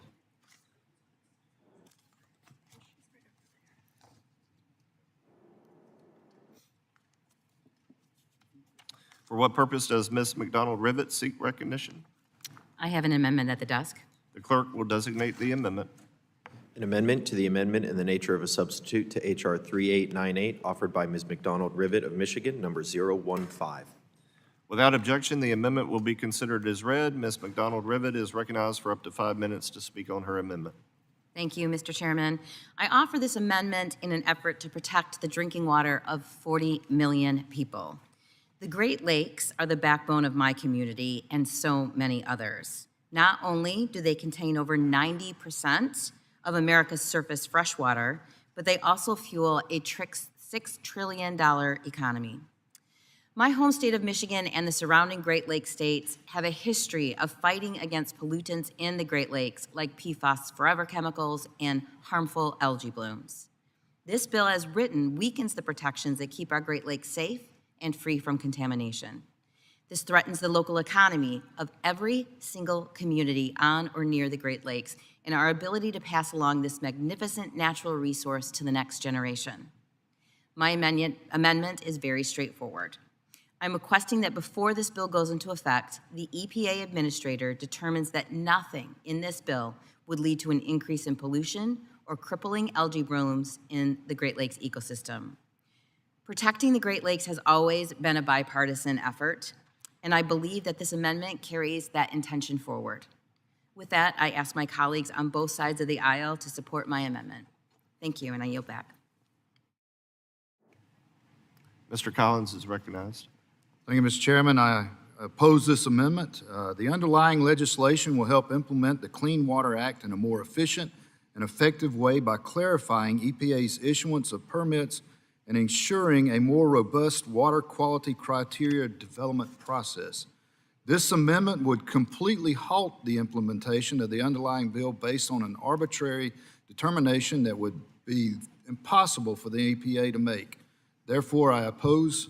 Thank you, and I yield back. Ms. Sykes, you're recognized. Thank you, Mr. Chair, and I am joining the chorus to support the amendment from my colleague from the Great Lakes because algal blooms are and continue to be an issue. I am reminded of almost a decade ago, the city of Toledo, which is just west of my district in Ohio 13, was impacted because of dangerous algal blooms impacted their water supply. People all across the city had no access to water, not minimal access, no access to water.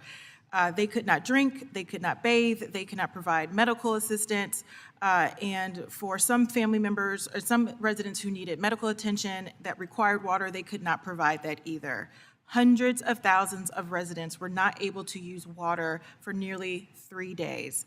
These are serious problems that have impacted communities and continue to impact communities all across this country, but particularly for those of us who are in the Great Lakes. And so I applaud my colleague from the great state of Michigan, which, you know, most times Ohioans don't ever say the great state of Michigan because it's not as great of a state as Ohio. But I would like to commend her for offering this amendment because while we may be rival football teams, we have a shared desire for clean water for our communities across state lines. Thank you, Mr. Chair, and I urge support of this amendment. Are there any further speakers on this amendment? Seeing none, are there amendments to the amendment? Seeing none, the question is on the amendment. All those in favor say aye. Aye. All those opposed say no. In the opinion of the chair, the nays have it, and the amendment is not agreed to. Mr. Chair, I request a recorded vote. Gentlelady requests a vote on the amendment as previously announced pursuant to Committee Rule 6F. Further proceedings on the question are postponed.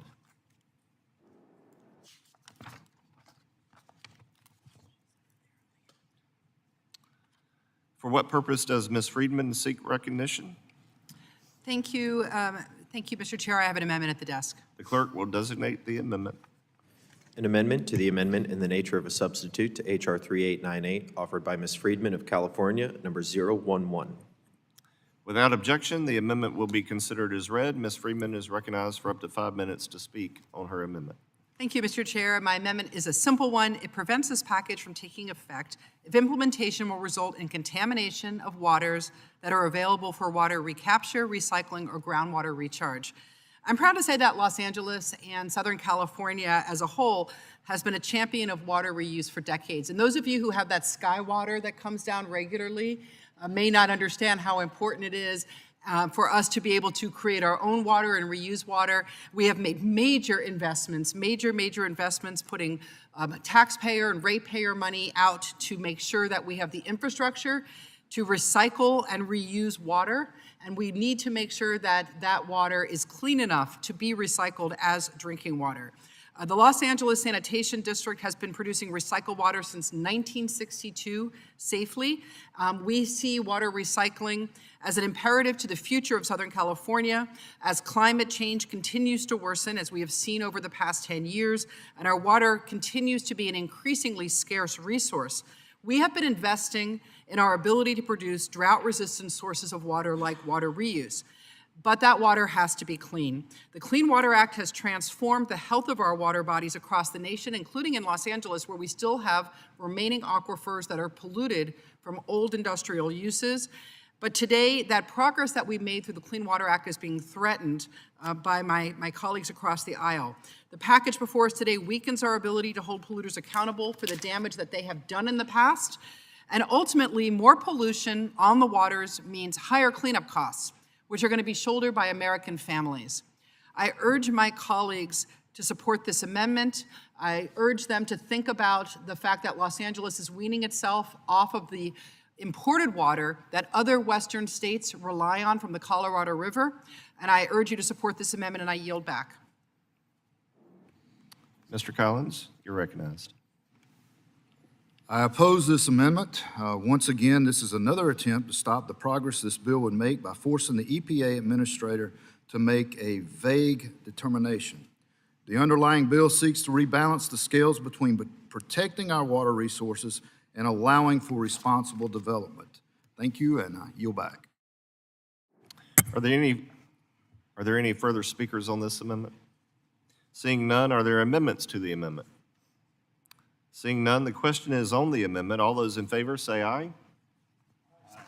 All those opposed signify by saying nay. In the opinion of the chair, the nays have it, and the amendment is not agreed to.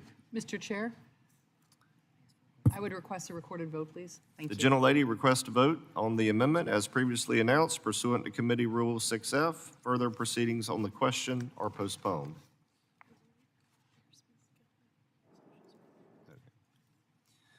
For what purpose does Ms. Gillen seek recognition? Mr. Chair, I have an amendment at the desk. The clerk will designate the amendment. An amendment to the amendment in the nature of a substitute to H.R. 3898, offered by Ms. Gillen of New York, number 024. Without objection, the amendment will be considered as read. Ms. Gillen is recognized for up to 5 minutes to speak on her amendment. Thank you, Mr. Chairman. My amendment to the NS would require that the EPA administrator certify that none of these proposals will result in an increase in the discharge of cancer-causing pollutants, including PFAS, before they can be implemented. As you know, Chairman, PFAS contamination causes serious health problems, including links to cancer, liver damage, and immune system disorders. My constituents and Americans across the country should not be subjected to these cancer-causing chemicals in their water supply every time they turn on the faucet. I am honored to represent the South Shore of Long Island in New York's 4th Congressional District.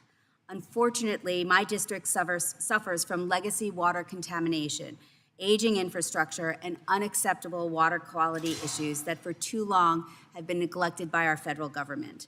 People in my district, like Mary Florence Purdy in the village of Hempstead, have noticed that many of their friends and neighbors were developing strange forms of cancer and came to the realization that this may be caused by carcinogens in our water supply. The village relies on a plant that is more than 100 years old, and it's one of the oldest in the region. And last year, village officials found alarming levels of toxic, cancer-causing PFAS chemicals in their drinking water. When I met Ms. Purdy last summer, she showed me hundreds and hundreds of signatures on a petition begging to get clean water in Hempstead, and I promised that I would come to Congress and fight to get clean water for every American. Mr. Chairman, this is a nonpartisan issue that impacts every American citizen. My amendment, which is co-sponsored by our colleague, Representative Pappas, will simply make sure that this legislative package will do no harm to all of our constituents and ensure that we keep our water safe and healthy. Mr. Chairman, I encourage all of my colleagues on both sides of the aisle to join me in safeguarding the health of our constituents and vote for this common sense amendment. Thank you, sir, and I yield back. Gentlelady yields back. Mr. Collins, you're recognized. I oppose this amendment. This amendment is another attempt at forcing an arbitrary decision by the EPA administrator. Listen, I understand the importance of ensuring our water is healthy. However, the scientific knowledge to make a determination on PFAS simply does not exist at this time, as the previous administration found out. Additionally, nothing in this bill stops the EPA from continuing to learn more about any effects and tools to address PFAS. Thank you, and I yield back. Are there any other speakers on this amendment? Seeing none, are there amendments to the amendment? Seeing none, the question is on the amendment. All those in favor signify by saying aye. Aye. All those opposed signify by saying nay. In the opinion of the chairs, the nays have it, and the amendment is not agreed to.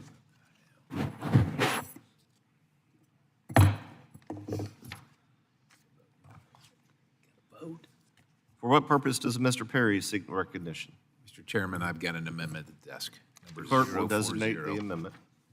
An amendment to the amendment in the nature of a substitute to H.R. 3898, offered by Mr. Perry of Pennsylvania, number 040. Without objection, the amendment will be considered as read. Mr. Perry is recognized for up to 5 minutes to speak. Thank you, on Mr. his Chairman. This amendment provides a sense of Congress that the Chesapeake Bay Watershed Agreement is a voluntary, cooperative agreement, and that the EPA should work in a cooperative and collaborative manner with state parties in meeting their TMDLs, or total maximum daily loads. In 1985, the states in the Chesapeake Bay region recognized the desire to address pollutants in the bay, and through their own initiative came together to consider mitigation efforts. These state-driven efforts were largely successful. Water quality improved almost 50% from 1985 to 2010 by the measurable standards and the guidelines provided. In 2010, the EPA seized the state's authority to determine their own method of compliance and threatened to take over the water quality plans if the states failed to comply with the EPA's plan. This 2010 power grab, known as the Chesapeake Bay TMDL strategy, directly contradicts the intent of the Clean Water Act itself. The CWA clearly acknowledges state authority in water quality and requires cooperation rather than coercion between the states and the federal government. This amendment simply provides important congressional clarification that the EPA should be working in partnership with the states to achieve the goals of the Clean Water Act, not through threats and retaliatory actions as we have seen under previous administrations. This important clarification will empower states and localities to make their own water quality decisions and restore the local controls that have been shown to actually improve quality. More importantly, the current coercive framework disincentivizes other states that may be interested in a regional watershed cleanup effort from doing so due to the fear of it turning into a top-down, heavy-handed regulatory approach, as is evidenced by what has happened to the Chesapeake Bay program. Providing congressional clarification on the role of the EPA in these agreements will help to improve outcomes, which is what I think we actually want to do. So I urge support of this amendment, and I yield the balance. Gentleman yields back. Mr. Larson. Thank you, Mr. Chair. Mr. Chair, I oppose this amendment. It's been offered by a representative from Pennsylvania. Chesapeake Bay is a natural treasure. It is the largest and one of the most productive estuaries in the country.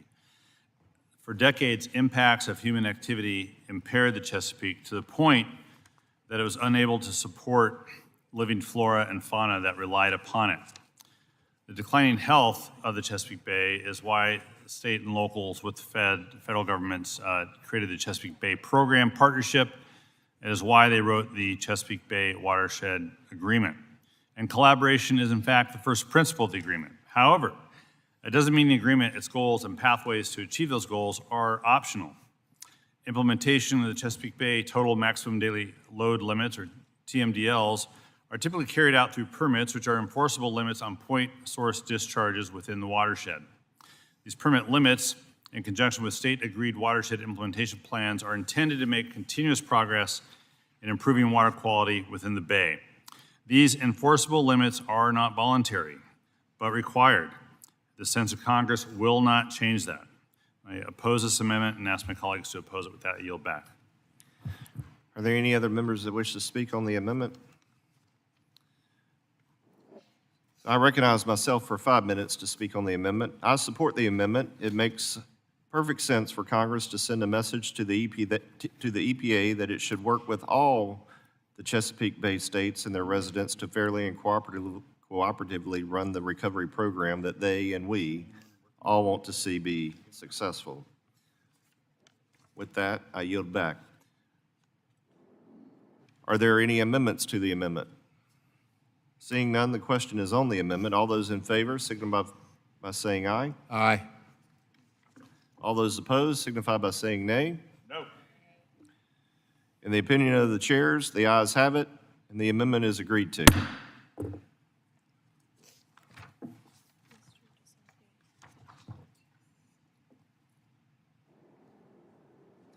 Mr. DeSaulnier, for what purpose do you seek recognition? Mr. Chairman, I have an amendment at the desk. The clerk will designate the amendment. An amendment to the amendment in the nature of a substitute to H.R. 3898, offered by Mr. DeSaulnier of California, number 010. Without objection, the amendment will be considered as read. Mr. DeSaulnier is recognized for up to 5 minutes to speak on his amendment. Thank you, Mr. Chairman.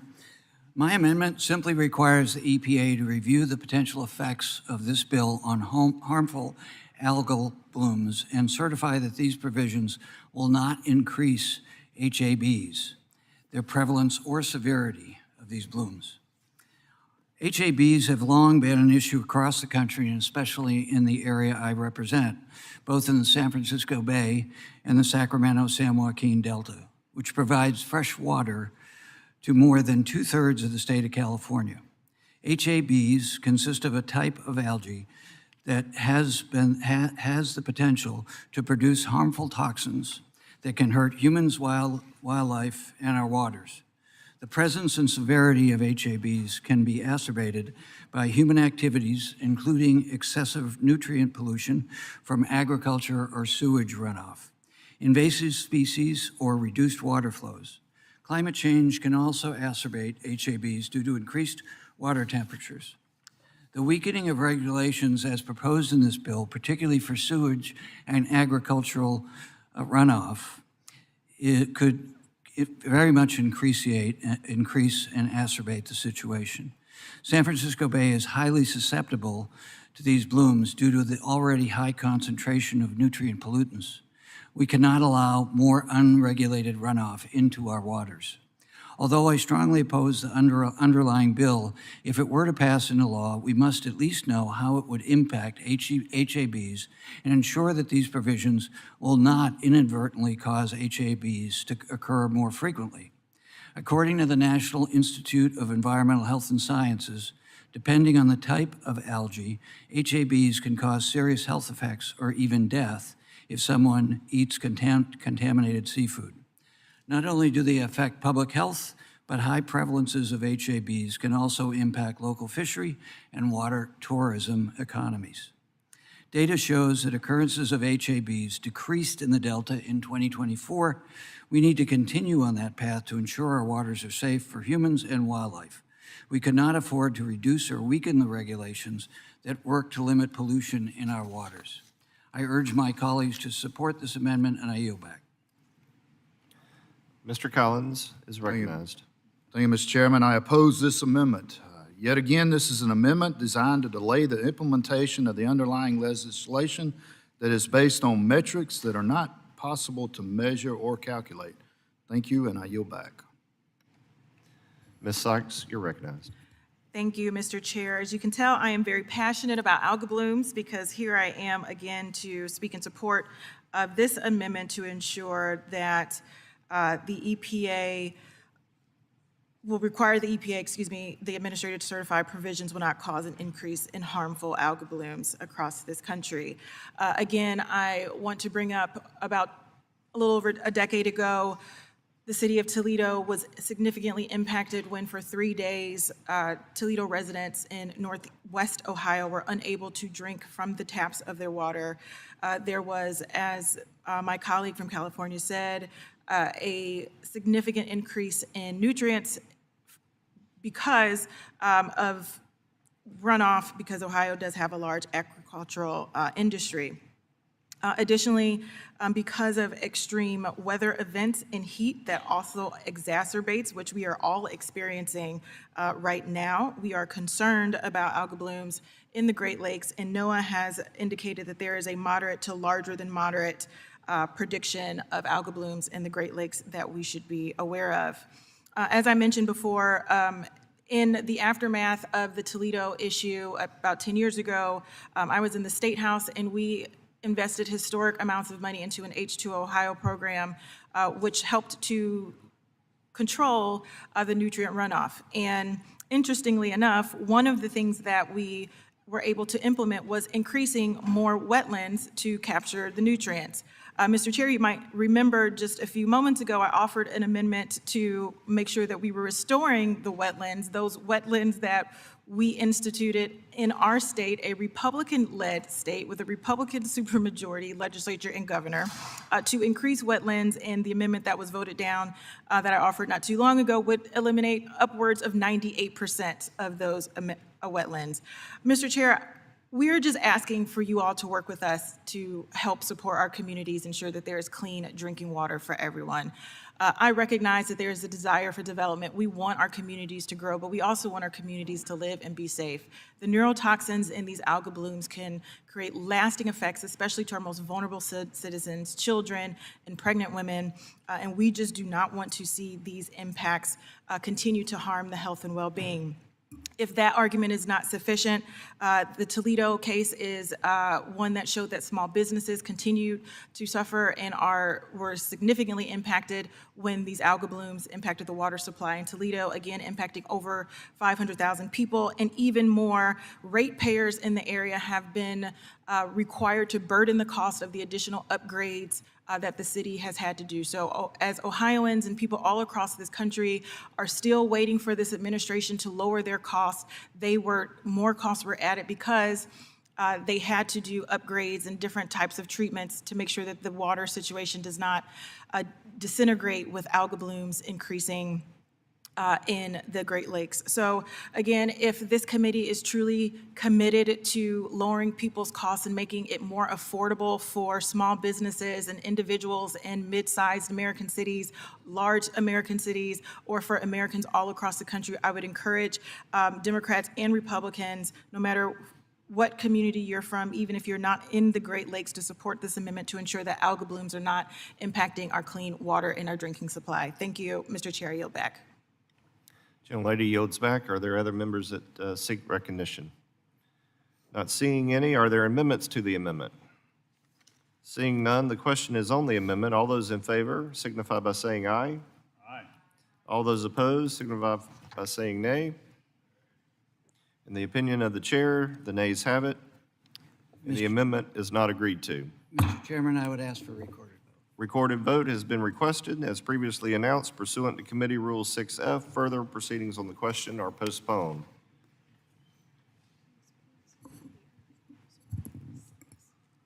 For what purpose does Ms. Sykes seek recognition? Hello again. I have amendment at the desk. The clerk will designate the amendment. An amendment to the amendment in the nature of a substitute to H.R. 3898, offered by Ms. Sykes of Ohio, number 047. Without objection, the amendment will be considered as read. Ms. Sykes is recognized for up to 5 minutes to speak on her amendment. Thank you, Mr. Chair. I know that every person in this room on both sides of the aisle loves to talk about lowering costs, and my amendment would do just that. My amendment would have us put our money where our mouth is by ensuring that None of these polluting provisions go into effect if they contaminate water supplies and increase costs for ratepayers. This bill currently rolls back and weakens a range of common sense environmental regulations by giving polluters more opportunities to avoid prevention and mitigation, including allowing polluters to turn a blind eye and limiting the scope to what is covered under the Clean Water Act. The reality is that pollution does have a cost, and responsibly regulating water pollution actually saves money in the environment and the health of our communities compared to the cost of cleanup. As I mentioned earlier, this image behind me, which was actually taken of a fire in 1952, was published in Time Magazine, in a Time Magazine article covering the 1969 fire that helped catalyze the movement to protect our waters and our planet, ultimately leading to the creation of the Clean Water Act in 1972. Today, part of the Kaga River runs through my district in the Kaga Valley National Park, and it is one of the most visited national parks in the United States, and I encourage and would welcome all of you to come see it, and the $3.5 billion investment that it took to make sure that we cleaned it up. This underscores what it costs when we do not protect our waters, and the billions of dollars we can save taxpayers by investing in clean water and infrastructure before disasters strike. Today, we could be working together to lower costs for ratepayers and improve our water infrastructure by reauthorizing and investing critical water programs, including the Clean Water State Revolving Fund that supports water treatment infrastructure in our communities. I was proud to lead a bipartisan letter advocating for increased funding for this program and other water infrastructure programs. I was also proud to sign on to requests advocating for funding for low-income household water assistance programs. Every American, no matter where they live, should be able to access affordable, clean, and safe drinking water when they turn on the tap, and my amendment would ensure that none of these provisions would go into effect unless it is clear that they would not increase pollution of our water supply or increase the cost of our ratepayers. Mr. Chair, I know you and other members of this community continue to hear from our constituents that the cost of living is just too high, and to force Americans to shoulder that burden when people are polluting our waterways is simply irresponsible and disrespectful to the American public who has been asking us for many, many years to lower costs. So let us do what the voters and the citizens of this country have asked for, lower their cost and not make them pay for when polluters force cleanup projects because they have done the wrong thing. Mr. Chair, I encourage all of my colleagues on both sides of the aisle to stand up for people and help lower costs by supporting this amendment, and I yield back. Mr. Collins, you're recognized. Mr. Chairman, I oppose this amendment. I want to reiterate, the Clean Water Act allows for the discharge of pollutants if they are permitted. That's the purpose of the Act's regulatory framework. This legislation maintains the Clean Water Act's permitting process, protecting our nation's water supply while also eliminating costs to consumers by cutting red tape. Thank you, and I yield back. Are there any other members that seek recognition? Seeing none. Are there amendments to the amendment? Seeing none, the question is on the amendment. All those in favor signify by saying aye. Aye. All those opposed signify by saying nay. In the opinion of the chair, the nays have it, and the amendment is not agreed to. Mr. Chair, I record a vote. Gentlelady requests a vote on the amendment as previously announced pursuant to Committee Rule 6F. Further proceedings on the question are postponed.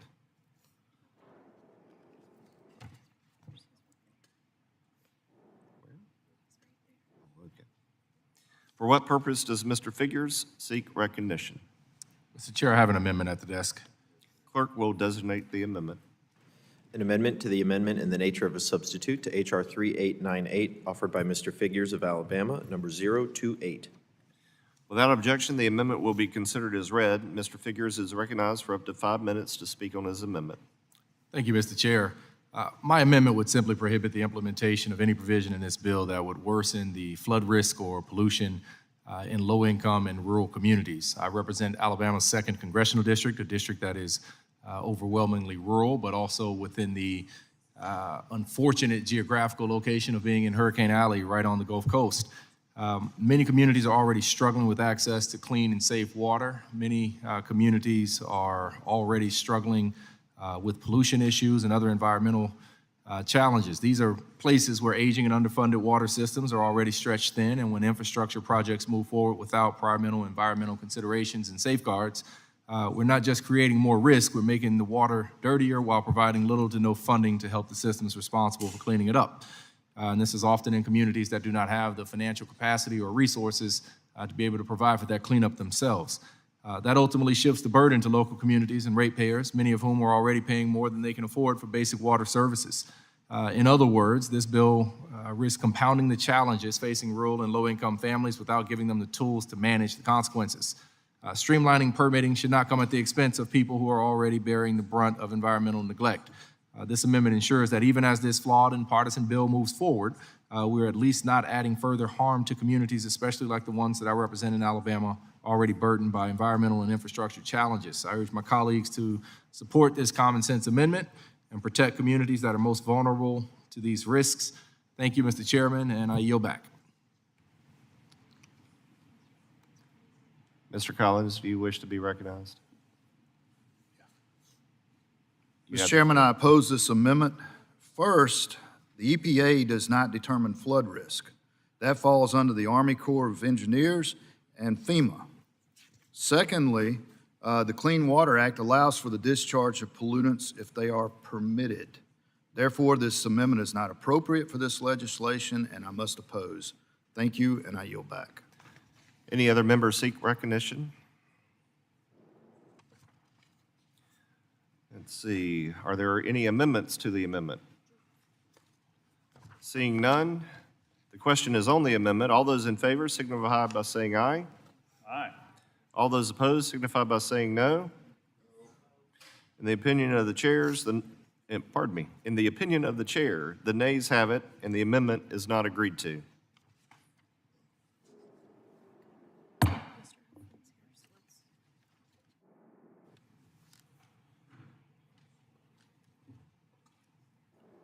I'll start.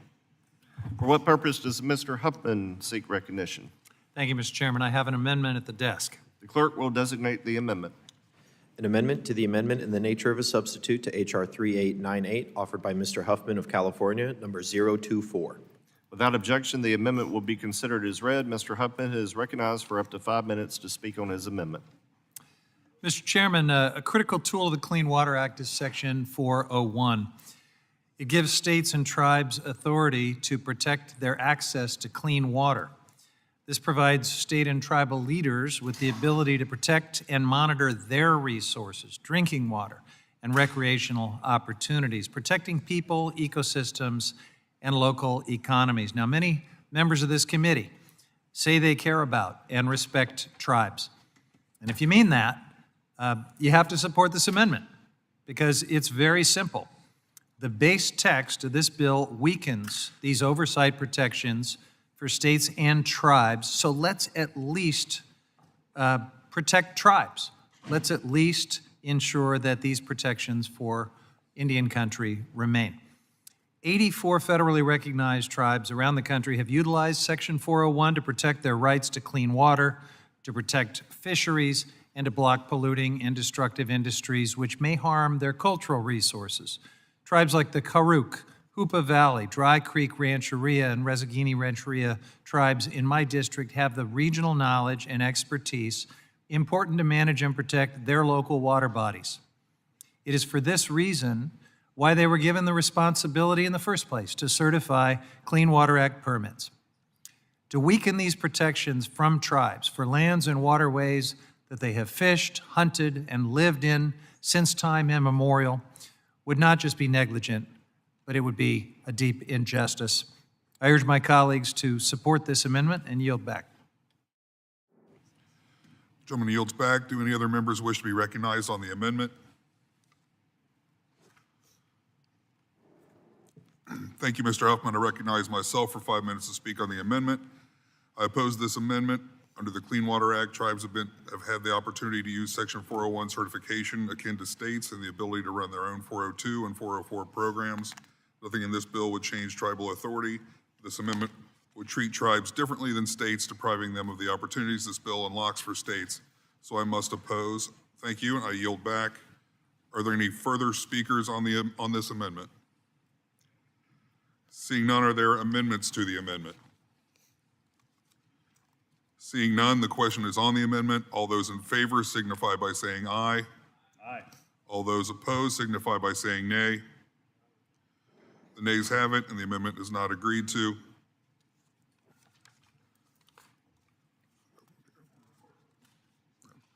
The gentleman requests a vote on the amendment as previously announced pursuant to Committee Rule 6F. Further proceedings on this question are postponed.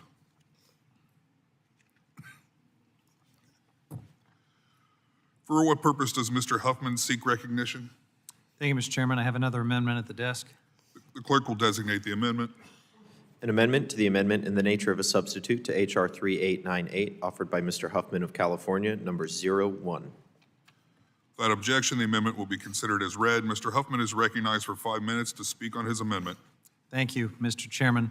The original intent of the Clean Water Act was to protect people, communities, and the environment. Unfortunately, our Republican colleagues continue to be more interested in protecting big corporate interests by undermining environmental safeguards that are necessary to protect our waters.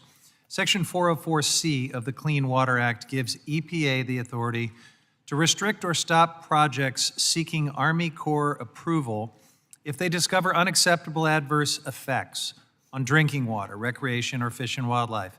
The EPA has used this authority sparingly, most recently, though, in 2023, to protect the sensitive Bristol Bay watershed in southwest Alaska from the disastrous Pebble Mine project. This is a project overwhelmingly opposed by Alaskans, especially those in and around the Bristol Bay watershed, and certainly anyone who makes their livelihood from the world's greatest salmon stronghold, Bristol Bay. The Pebble Mine would have damaged this amazing sockeye salmon run, destroying the cultural home and economic livelihood of tribal and fishing communities. And that's why it was opposed by so many folks in Alaska and around the country, including hunters and fishermen, and even including Donald Trump Jr. H.R.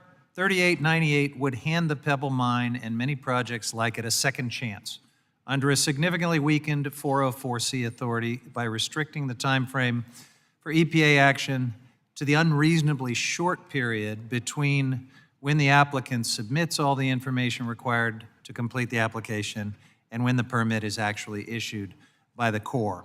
Now, this new time frame would create serious legal uncertainty, as it's unclear when and how EPA would be brought into the permit review process. And there's no obligation for the Army Corps to share application information with the EPA. Ultimately, it would prevent EPA from doing its job, and it would erode decades of successful cooperative federalism. This bill's a gift to the Pebble Mine and big corporate interests that have been lobbying the Trump administration to renew the Pebble Mine project and other environmentally catastrophic projects in communities all over the country. So my amendment simply allows EPA to maintain its ability to do its due diligence in reviewing any new projects that are developed in the 14 areas that have been previously protected by 404C, and that includes Bristol Bay, Alaska, Spruce, West Virginia, and others. EPA would still be able to assess and make 404C determinations at any point during the review or approval of this subset of projects. I urge my colleagues to vote yes on this important amendment that continues to protect Bristol Bay and other pristine watersheds, and I yield back. Gentleman yields. Do any members wish to be recognized on this amendment? Thank you, Mr. Huffman. I recognize myself for 5 minutes to speak on the amendment. I strongly oppose this amendment. The underlying legislation sets clear boundaries for when the EPA is authorized to veto a 404 permit, which is solely limited to when there is an active permit application. This bill does not eliminate the EPA's authority to evaluate each permit and exercise its veto authority. This amendment would introduce more uncertainty into the very process we are trying to clarify. Thank you, and I yield back. Are there any further speakers on the amendment? Ranking Member Larson is recognized for 5 minutes.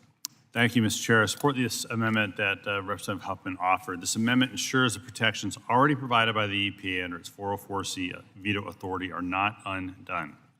EPA's use of this authority has been prudent, and it has been rare, occurring under presidential administrations of both parties only 14 times.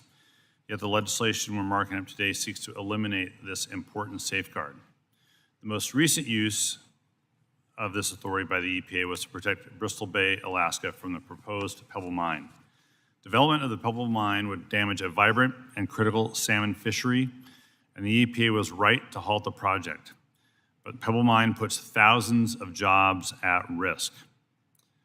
This bill also imposes a reduced timeline for future EPA use of 404C, including review of any new proposed projects in areas like Bristol Bay that are already protected. This amendment would ensure that the 14 areas currently protected would not be subject to this new reduced timeline that undermines public engagement and undermines EPA's due diligence for responsible decision-making. With that, I support this amendment and recommend all members do the same. With that, I yield back. Gentleman yields back. Are there any further speakers on this amendment? Seeing none, are there amendments to the amendment? Seeing none, the question is on the amendment. All those in favor signify by saying aye. Aye. All those opposed signify by saying nay. The nays have it, and the amendment is not agreed to. The gentleman requests a recorded vote on the amendment as previously announced pursuant to Committee Rule 6F. Further proceedings on the question are postponed. For what purpose does Mr. Johnson of Georgia seek recognition? I have an amendment at the desk. Clerk will designate the amendment. An amendment to the amendment in the nature of a substitute to H.R. 3898, offered by Mr. Johnson of Georgia, number 027. Without objection, the amendment will be considered as read. Mr. Johnson is recognized for 5 minutes to speak on his amendment. Thank you, Mr. Chairman. I rise today to express my deep concern about the troubling disconnect in this bill. On one hand, the Trump administration is proposing cuts to the EPA's clean water infrastructure programs. On the other hand, this bill weakens the very laws that protect our rivers, lakes, and drinking water. At a recent water hearing, both Democrats and Republicans agreed we need more investment in water infrastructure, not less. Yet, here we are with this bill that does the opposite.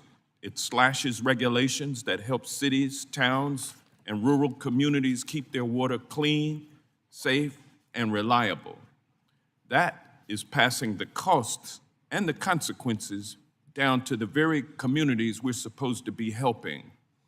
That's why I'm offering this amendment to make it clear Congress supports full funding for the EPA's clean water infrastructure programs. We cannot ask states and communities to take on more responsibility for protecting water quality while pulling back the federal support that they depend on. That approach sets them up to fail, especially communities already struggling to maintain aging infrastructure. If Trump's cuts move forward, the outcome is clear. Communities will be forced to choose between higher water bills or lower water quality. That's a false choice no American should have to make. My amendment makes clear and reaffirms our commitment to clean, safe, and reliable water for all. And I urge my colleagues to support this amendment and to stand up for the basic right to clean water in every community. So if you support polluters and you favor dirty water, then vote against this common sense amendment. If you stand with me and the people and you support clean water, then you'll vote for this amendment. And with that, I yield back. Gentleman yields. Do any other members wish to be recognized on the amendment? Thank you, Mr. Johnson. I'll recognize myself for 5 minutes to speak on the amendment. I have to oppose this amendment. The gentleman's amendment is related to clean water infrastructure funding levels, whereas today's debate is focused on permitting reforms to enable America to build again. Therefore, the amendment is not appropriate for consideration today. Thank you, and I yield back. Are there any further speakers on the amendment? Seeing none, are there amendments to the amendment? Seeing none, the question is on the amendment. All those in favor signify by saying aye. Aye. All those opposed signify by saying nay.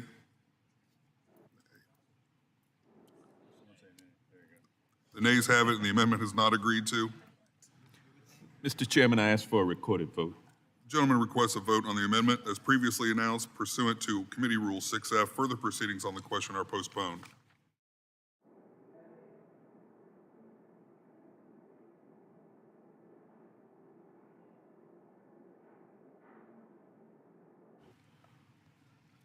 For what purpose does Ms. Poe seek recognition? Go ahead. We got Mr. You want to go back? Mr. Chairman, I have an amendment at the desk. Clerk will designate the amendment.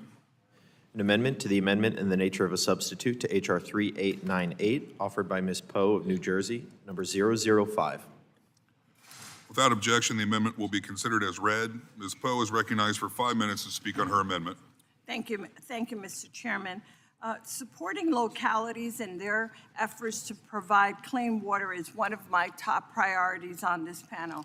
And I know firsthand the danger of aging stormwater, sewer, and flood infrastructure to our environment and health. New Jersey's 9th Congressional District frequently experiencing devastating flooding. We need stronger stormwater infrastructure to help frontline communities like the city of Paterson and the town of Kearney, both of which I represent, they currently manage increasingly heavy rains and contaminated runoff. I was heartbroken by the tragic death from Hurricane Ida in 2021 from widespread, catastrophic flooding throughout North Jersey and New York. My constituents are still reeling from the losses of their loved ones. Excessive runoff from Ida into the New Street Reservoir in Paterson also compromised drinking water for over 200,000 of my constituents. Incidents like these are preventable with sufficient sewer, stormwater, and flood water investments. This is why I am introducing an amendment to help safeguard our communities. My amendment would require the EPA to certify before implementing this bill that it will not increase sewer overflow, stormwater discharges, or flooding risk. These terrible hazard and dangerous personal property, businesses, local economies, critical infrastructure, and most importantly, human life and safety. Any legislation from this committee must strengthen our aging water infrastructure, not weaken it. I urge my colleagues to join in support of my common sense amendment to protect our constituents from increased sewer, stormwater, and flooding risk. Thank you, Mr. Chairman. I yield back. Gentlelady yields back. Do any other members wish to be recognized on the amendment? Thank you, Mrs. Poe. I recognize myself for 5 minutes to speak on the amendment. I oppose this amendment. This is another amendment that would needlessly delay the implementation of the legislation. The underlying bill will strengthen Section 402 permits by requiring more specific details in the permits, support communities with combined sewer overflow systems that continue to make improvements and upgrades of their systems to mitigate discharges, and ensure that the data and metrics used under the Clean Water Act to regulate water are transparent and rigorously developed. Thank you. I yield back. Are there any other further speakers on this amendment? Seeing none, are there amendments to the amendment? Seeing none, the question is on the amendment. All those in favor signify by saying aye. Aye. All those opposed signify by saying nay. The nays have it, and the amendment is not agreed to.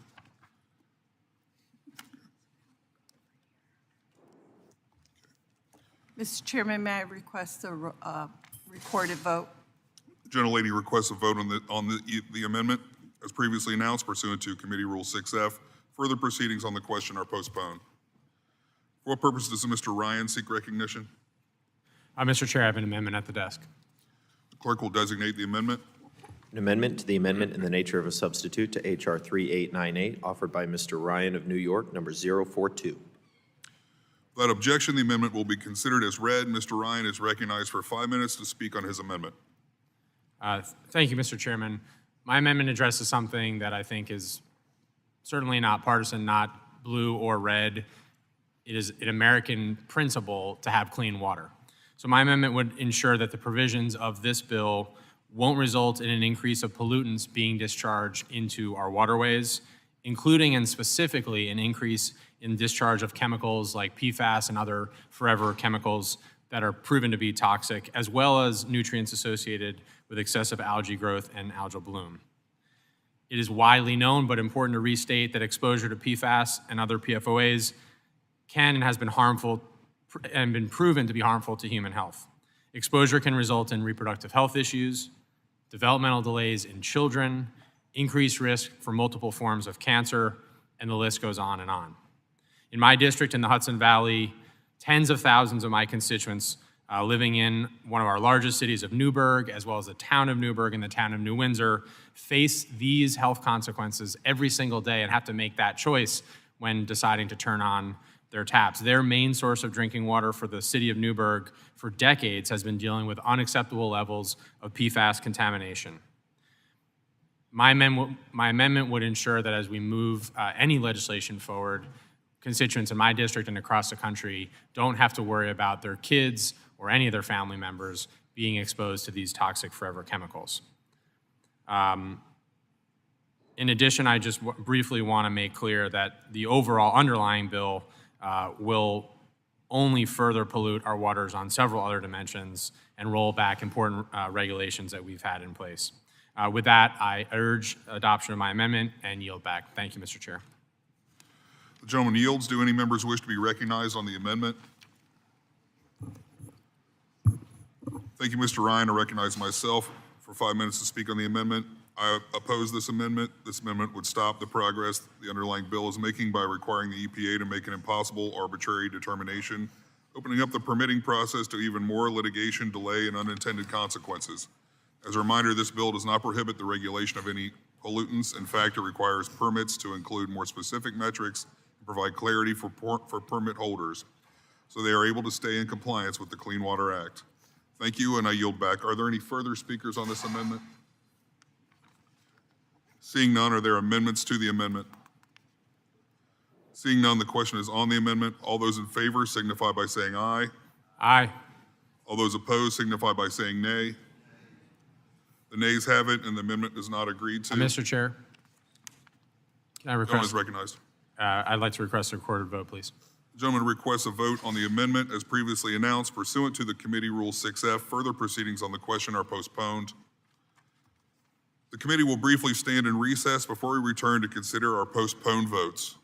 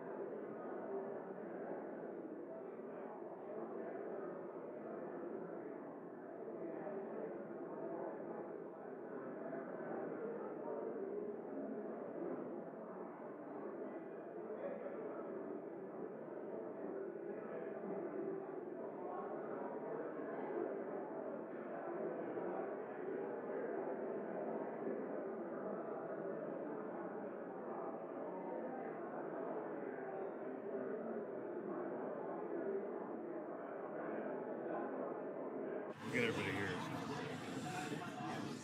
Yeah.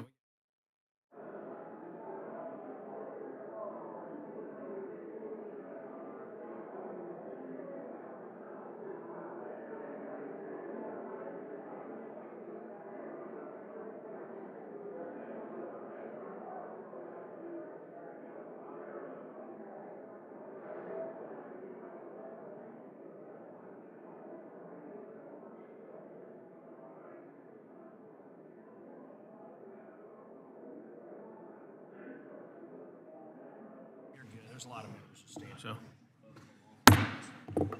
so the committee will reconvene, but before we have votes, I would like to recognize Ranking Member Larson to say a few words about the loss of Mr. Cohen.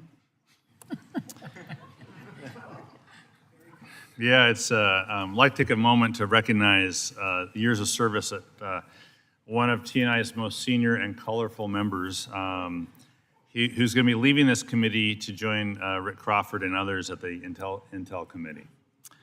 I'm talking about, of course, the one and only Steve Cohen. Steve joined the...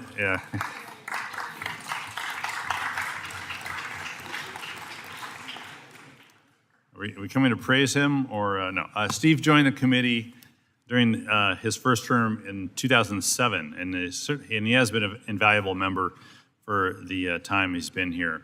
He's left his mark on numerous bipartisan bills and laws the committee has sent to presidents' desks over the years, including 3 surface transportation bills, 3 FAA reauthorizations, and 6 water resource development acts. I think Sam would agree with me that as the Aviation Subcommittee ranking member, Steve has been a partner to both of us as we work to pass last year's bipartisan FAA reauthorization and get it signed into law.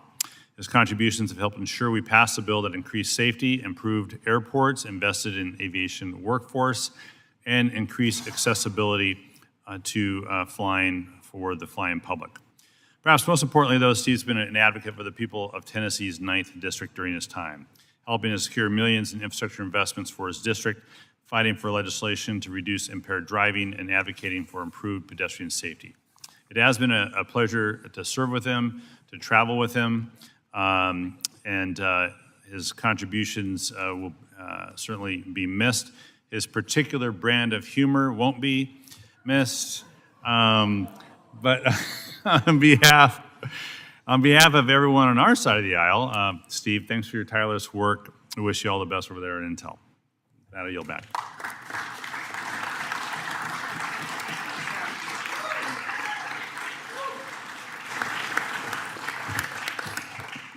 I would also like to echo the comments of the ranking member. Steve, it's been a pleasure to work with you. I didn't used to like Steve Cohen until I started traveling with him, which I would encourage every member, particularly freshman members, to travel with other members because you get to know them very, very well. In fact, there's some things that you see on a Codell that can't be unseen, isn't there, Steve? But it's literally been a pleasure to work with you, and you've done it. Your leadership on the Aviation Subcommittee has been exemplary, and without you, we wouldn't have been able to get that huge achievement done that we did in the last Congress. So I really hate to see you go. I really hate to see you go, and that's coming from the heart. So, Mr. Burchett. Thank you, Mr. Chairman. I've known Steve Cohen longer than any member of this committee. We were in the state legislature together, and he's been a constant thorn in my side since then.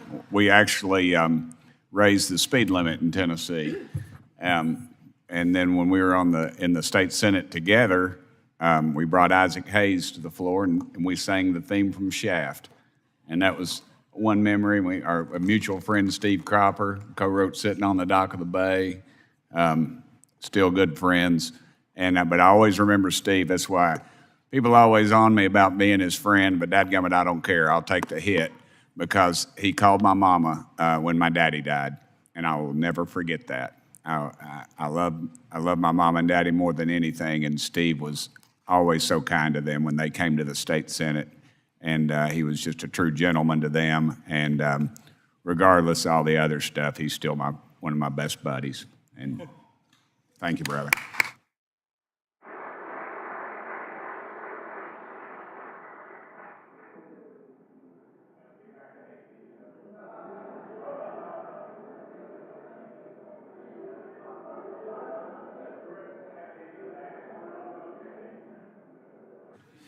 All right.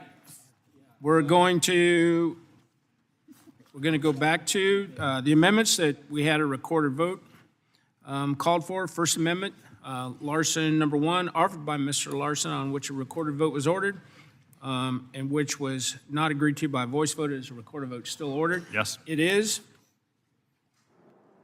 So let's see. Vote still requested. So members, please record your votes using the electronic system. The chairman will be voting no. Ranking will vote aye. Ranking will vote aye. Open the board.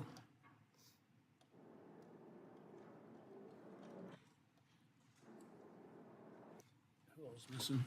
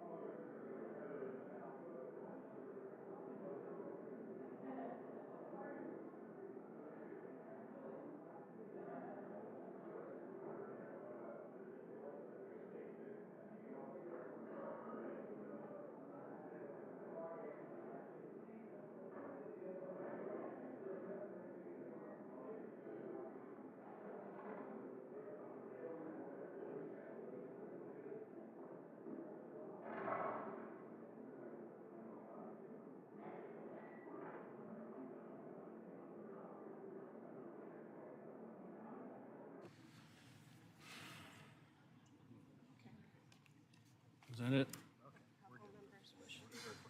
Do any other members wish to be recorded? Does anybody wish to change their vote? Seeing none, close the board and give me the tally. Mr. Chairman, on that vote, there are 30 yeas and 35 nays. By a vote of 30 yeas, 35 nays, the amendment is not agreed to. Let's see. Next amendment, Titus 173, offered by Ms. Titus, in which a recorded vote was ordered, which was not agreed to by voice vote. Is a recorded vote still called for? A recorded vote is still requested. Members record their votes by electronic device. The chairman will be voting no. Ranking will vote yes. Open the board.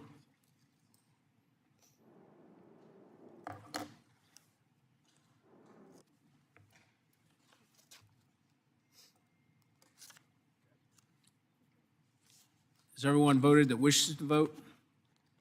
Does anyone wish to change their vote? Seeing no one, close the board. Mr. Chairman, on that vote, there are 30 yeas and 35 nays. By a vote of 30 yeas and 35 nays, the amendment is not agreed to. Next amendment, Stance 031, offered by Ms. Titus, in which a recorded vote was ordered, and which was not agreed to by voice vote. Is a recorded vote still ordered? Yes. A recorded vote is still requested. Open the board. The chairman will be voting no. Ranking will vote yes.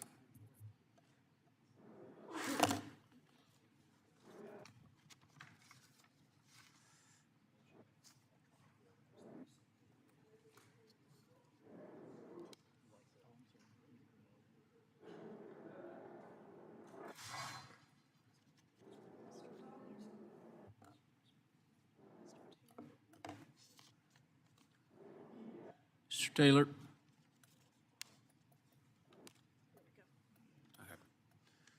Close the board. Mr. Chairman, on that vote, there are 30 yeas and 35 nays. A vote of 30 yeas and 35 nays. The amendment is not agreed to.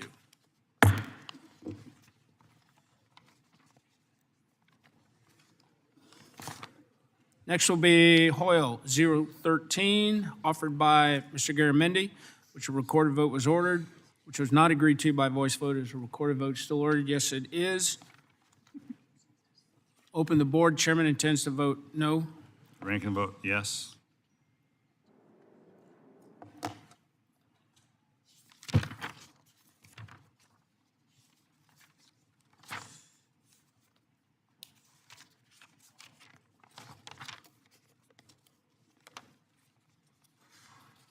Has everyone voted that wishes to vote?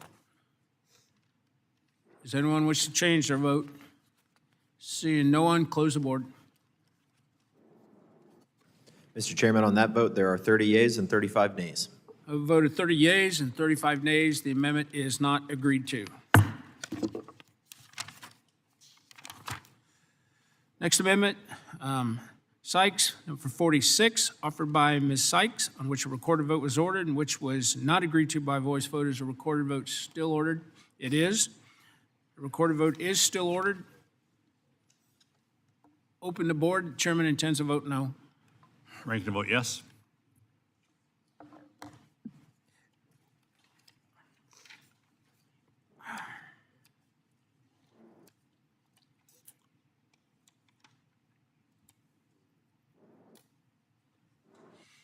Has everyone voted that wishes to vote? Does anyone wish to change their vote? Seeing no one, close the board. Mr. Chairman, on that vote, there are 30 yeas and 35 nays. I vote of 30 yeas and 35 nays. The amendment is not agreed to.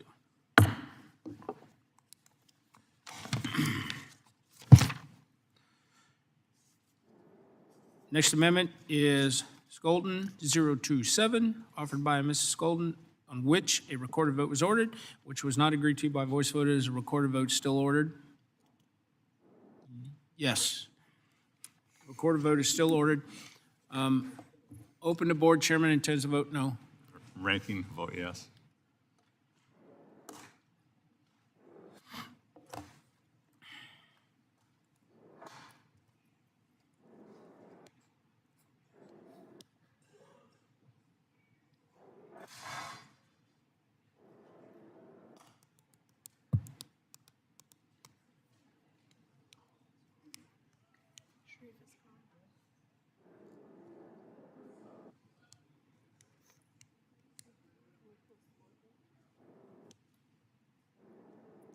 Mr. Shreve?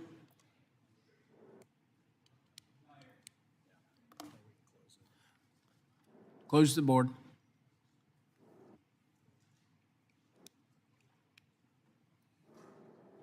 Mr. Chairman, on that vote, there are 30 yeas and 34 nays. I voted 30 yeas, 34 nays. The amendment is not agreed to.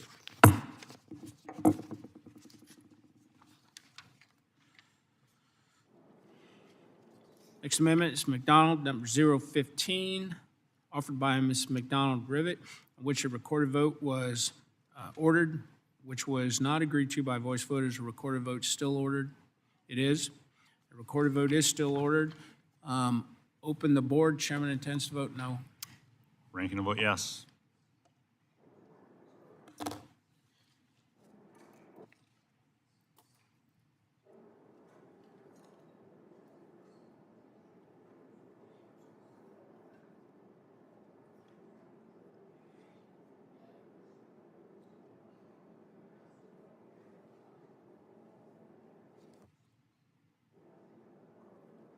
Where'd Brian go? Close the board.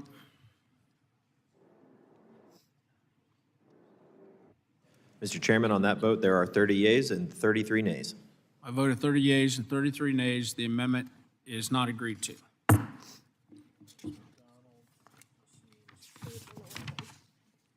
Next amendment is Friedman, 011, offered by Ms. Friedman, in which a recorded vote was ordered and which was not agreed to by voice vote. Is a recorded vote still requested? It is. A recorded vote is still requested. Open the board. Chairman intends to vote no. Ranking the vote yes.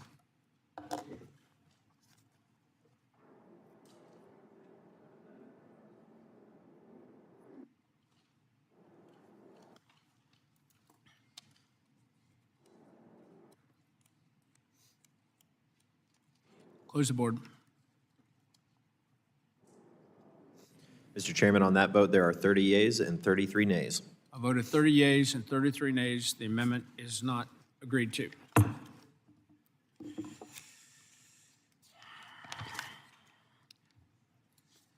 The next vote, Desaulniers 010, offered by Mr. Desaulniers, in which a recorded vote was ordered and which was not agreed to by voice vote. A recorded vote is still requested. Chairman intends to vote no. Open the board. Ranking the vote yes.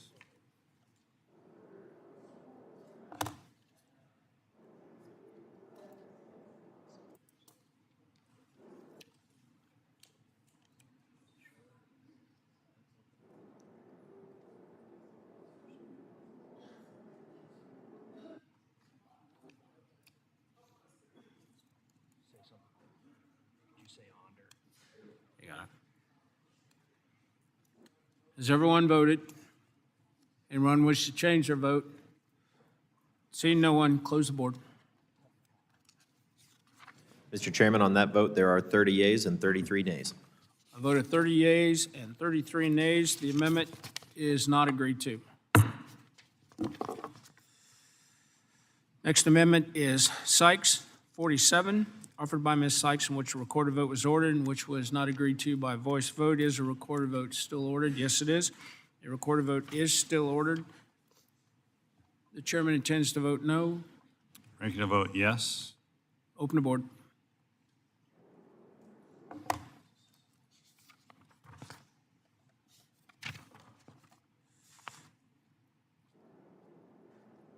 Has everyone voted? Anyone wish to change their vote? Close the board. Mr. Chairman, on that vote, there are 30 yeas and 33 nays. A vote of 30 yeas, 33 nays. The amendment is not agreed to. Next, Amendment Huffman 24, offered by Mr. Huffman, in which a recorded vote was ordered and which was not agreed to by voice vote. Is a recorded vote still requested? Yes. The recorded vote is still requested. Chairman intends to vote no. Ranking the vote yes. Open the board.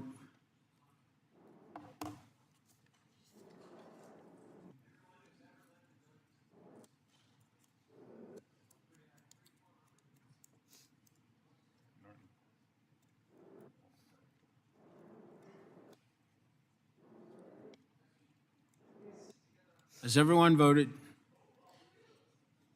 Does anyone wish to change their vote? Seeing no one, close the board. Mr. Chairman, on that vote, there are 30 yeas and 33 nays. Vote of 30 yeas and 33 nays. The amendment is not agreed to. Next amendment is Huffman 1, offered by Mr. Huffman, in which a recorded vote was ordered and which was not agreed to by voice voters. A recorded vote still ordered? Yes, it is. A recorded vote is still requested. The chairman intends to vote no. Ranking the vote yes. Open the board.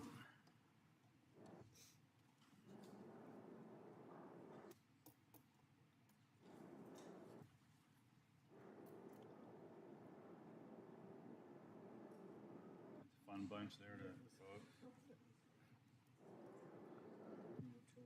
Hey, Larry, Mo, and Curly, would you guys vote? Has everyone voted? Does anyone wish to change their vote? Seeing none, close the board. Mr. Chairman, on that vote, there are 30 yeas and 33 nays. A vote of 30 yeas and 33 nays. The amendment is not agreed to. Next amendment, Johnson 27, offered by Mr. Johnson, Georgia, which a recorded vote was ordered, which was not agreed to by voice vote. Is a recorded vote still ordered? It is. The chairman intends to vote no. Ranking will vote yes. Open the board.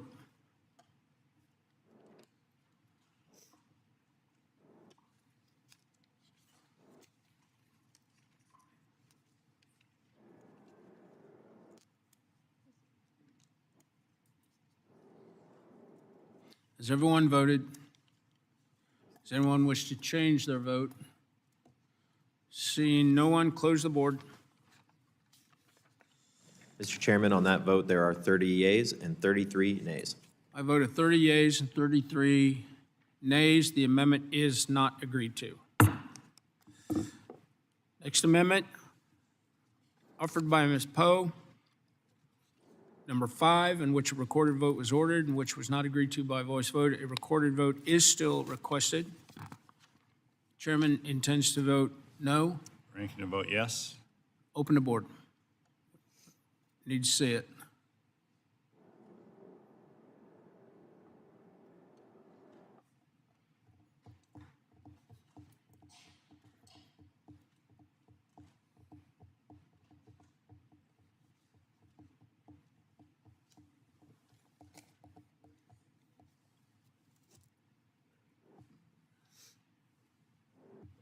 Has everyone voted? Does anyone wish to change their vote? Seeing no one, close the board. Mr. Chairman, on that vote, there are 30 yeas and 33 nays. I voted 30 yeas and 33 nays. The amendment is not agreed to. Next amendment, Ryan 42, offered by Ms. Ryan, which recorded vote was ordered and which was not agreed to by voice vote. Is a recorded vote still ordered? Yes, it is. A recorded vote is still ordered. The chairman intends to vote no. Ranking will vote yes. Open the board.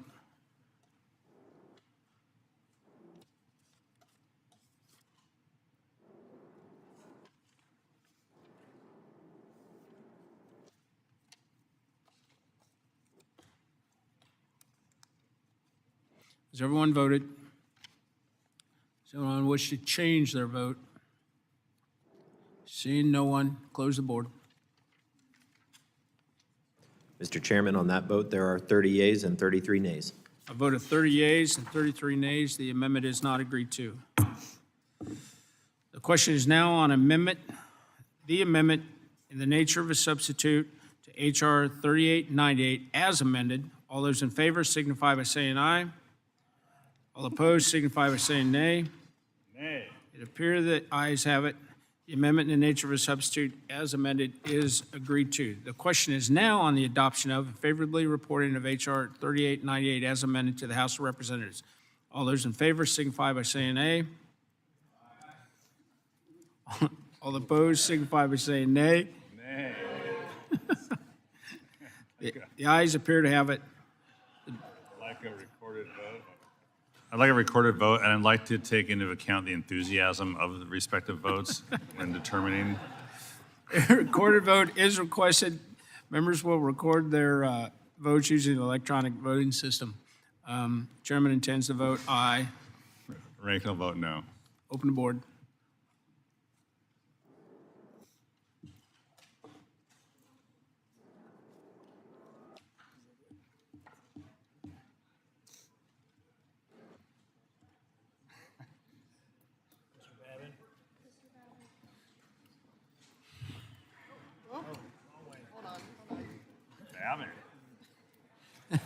Has everyone voted?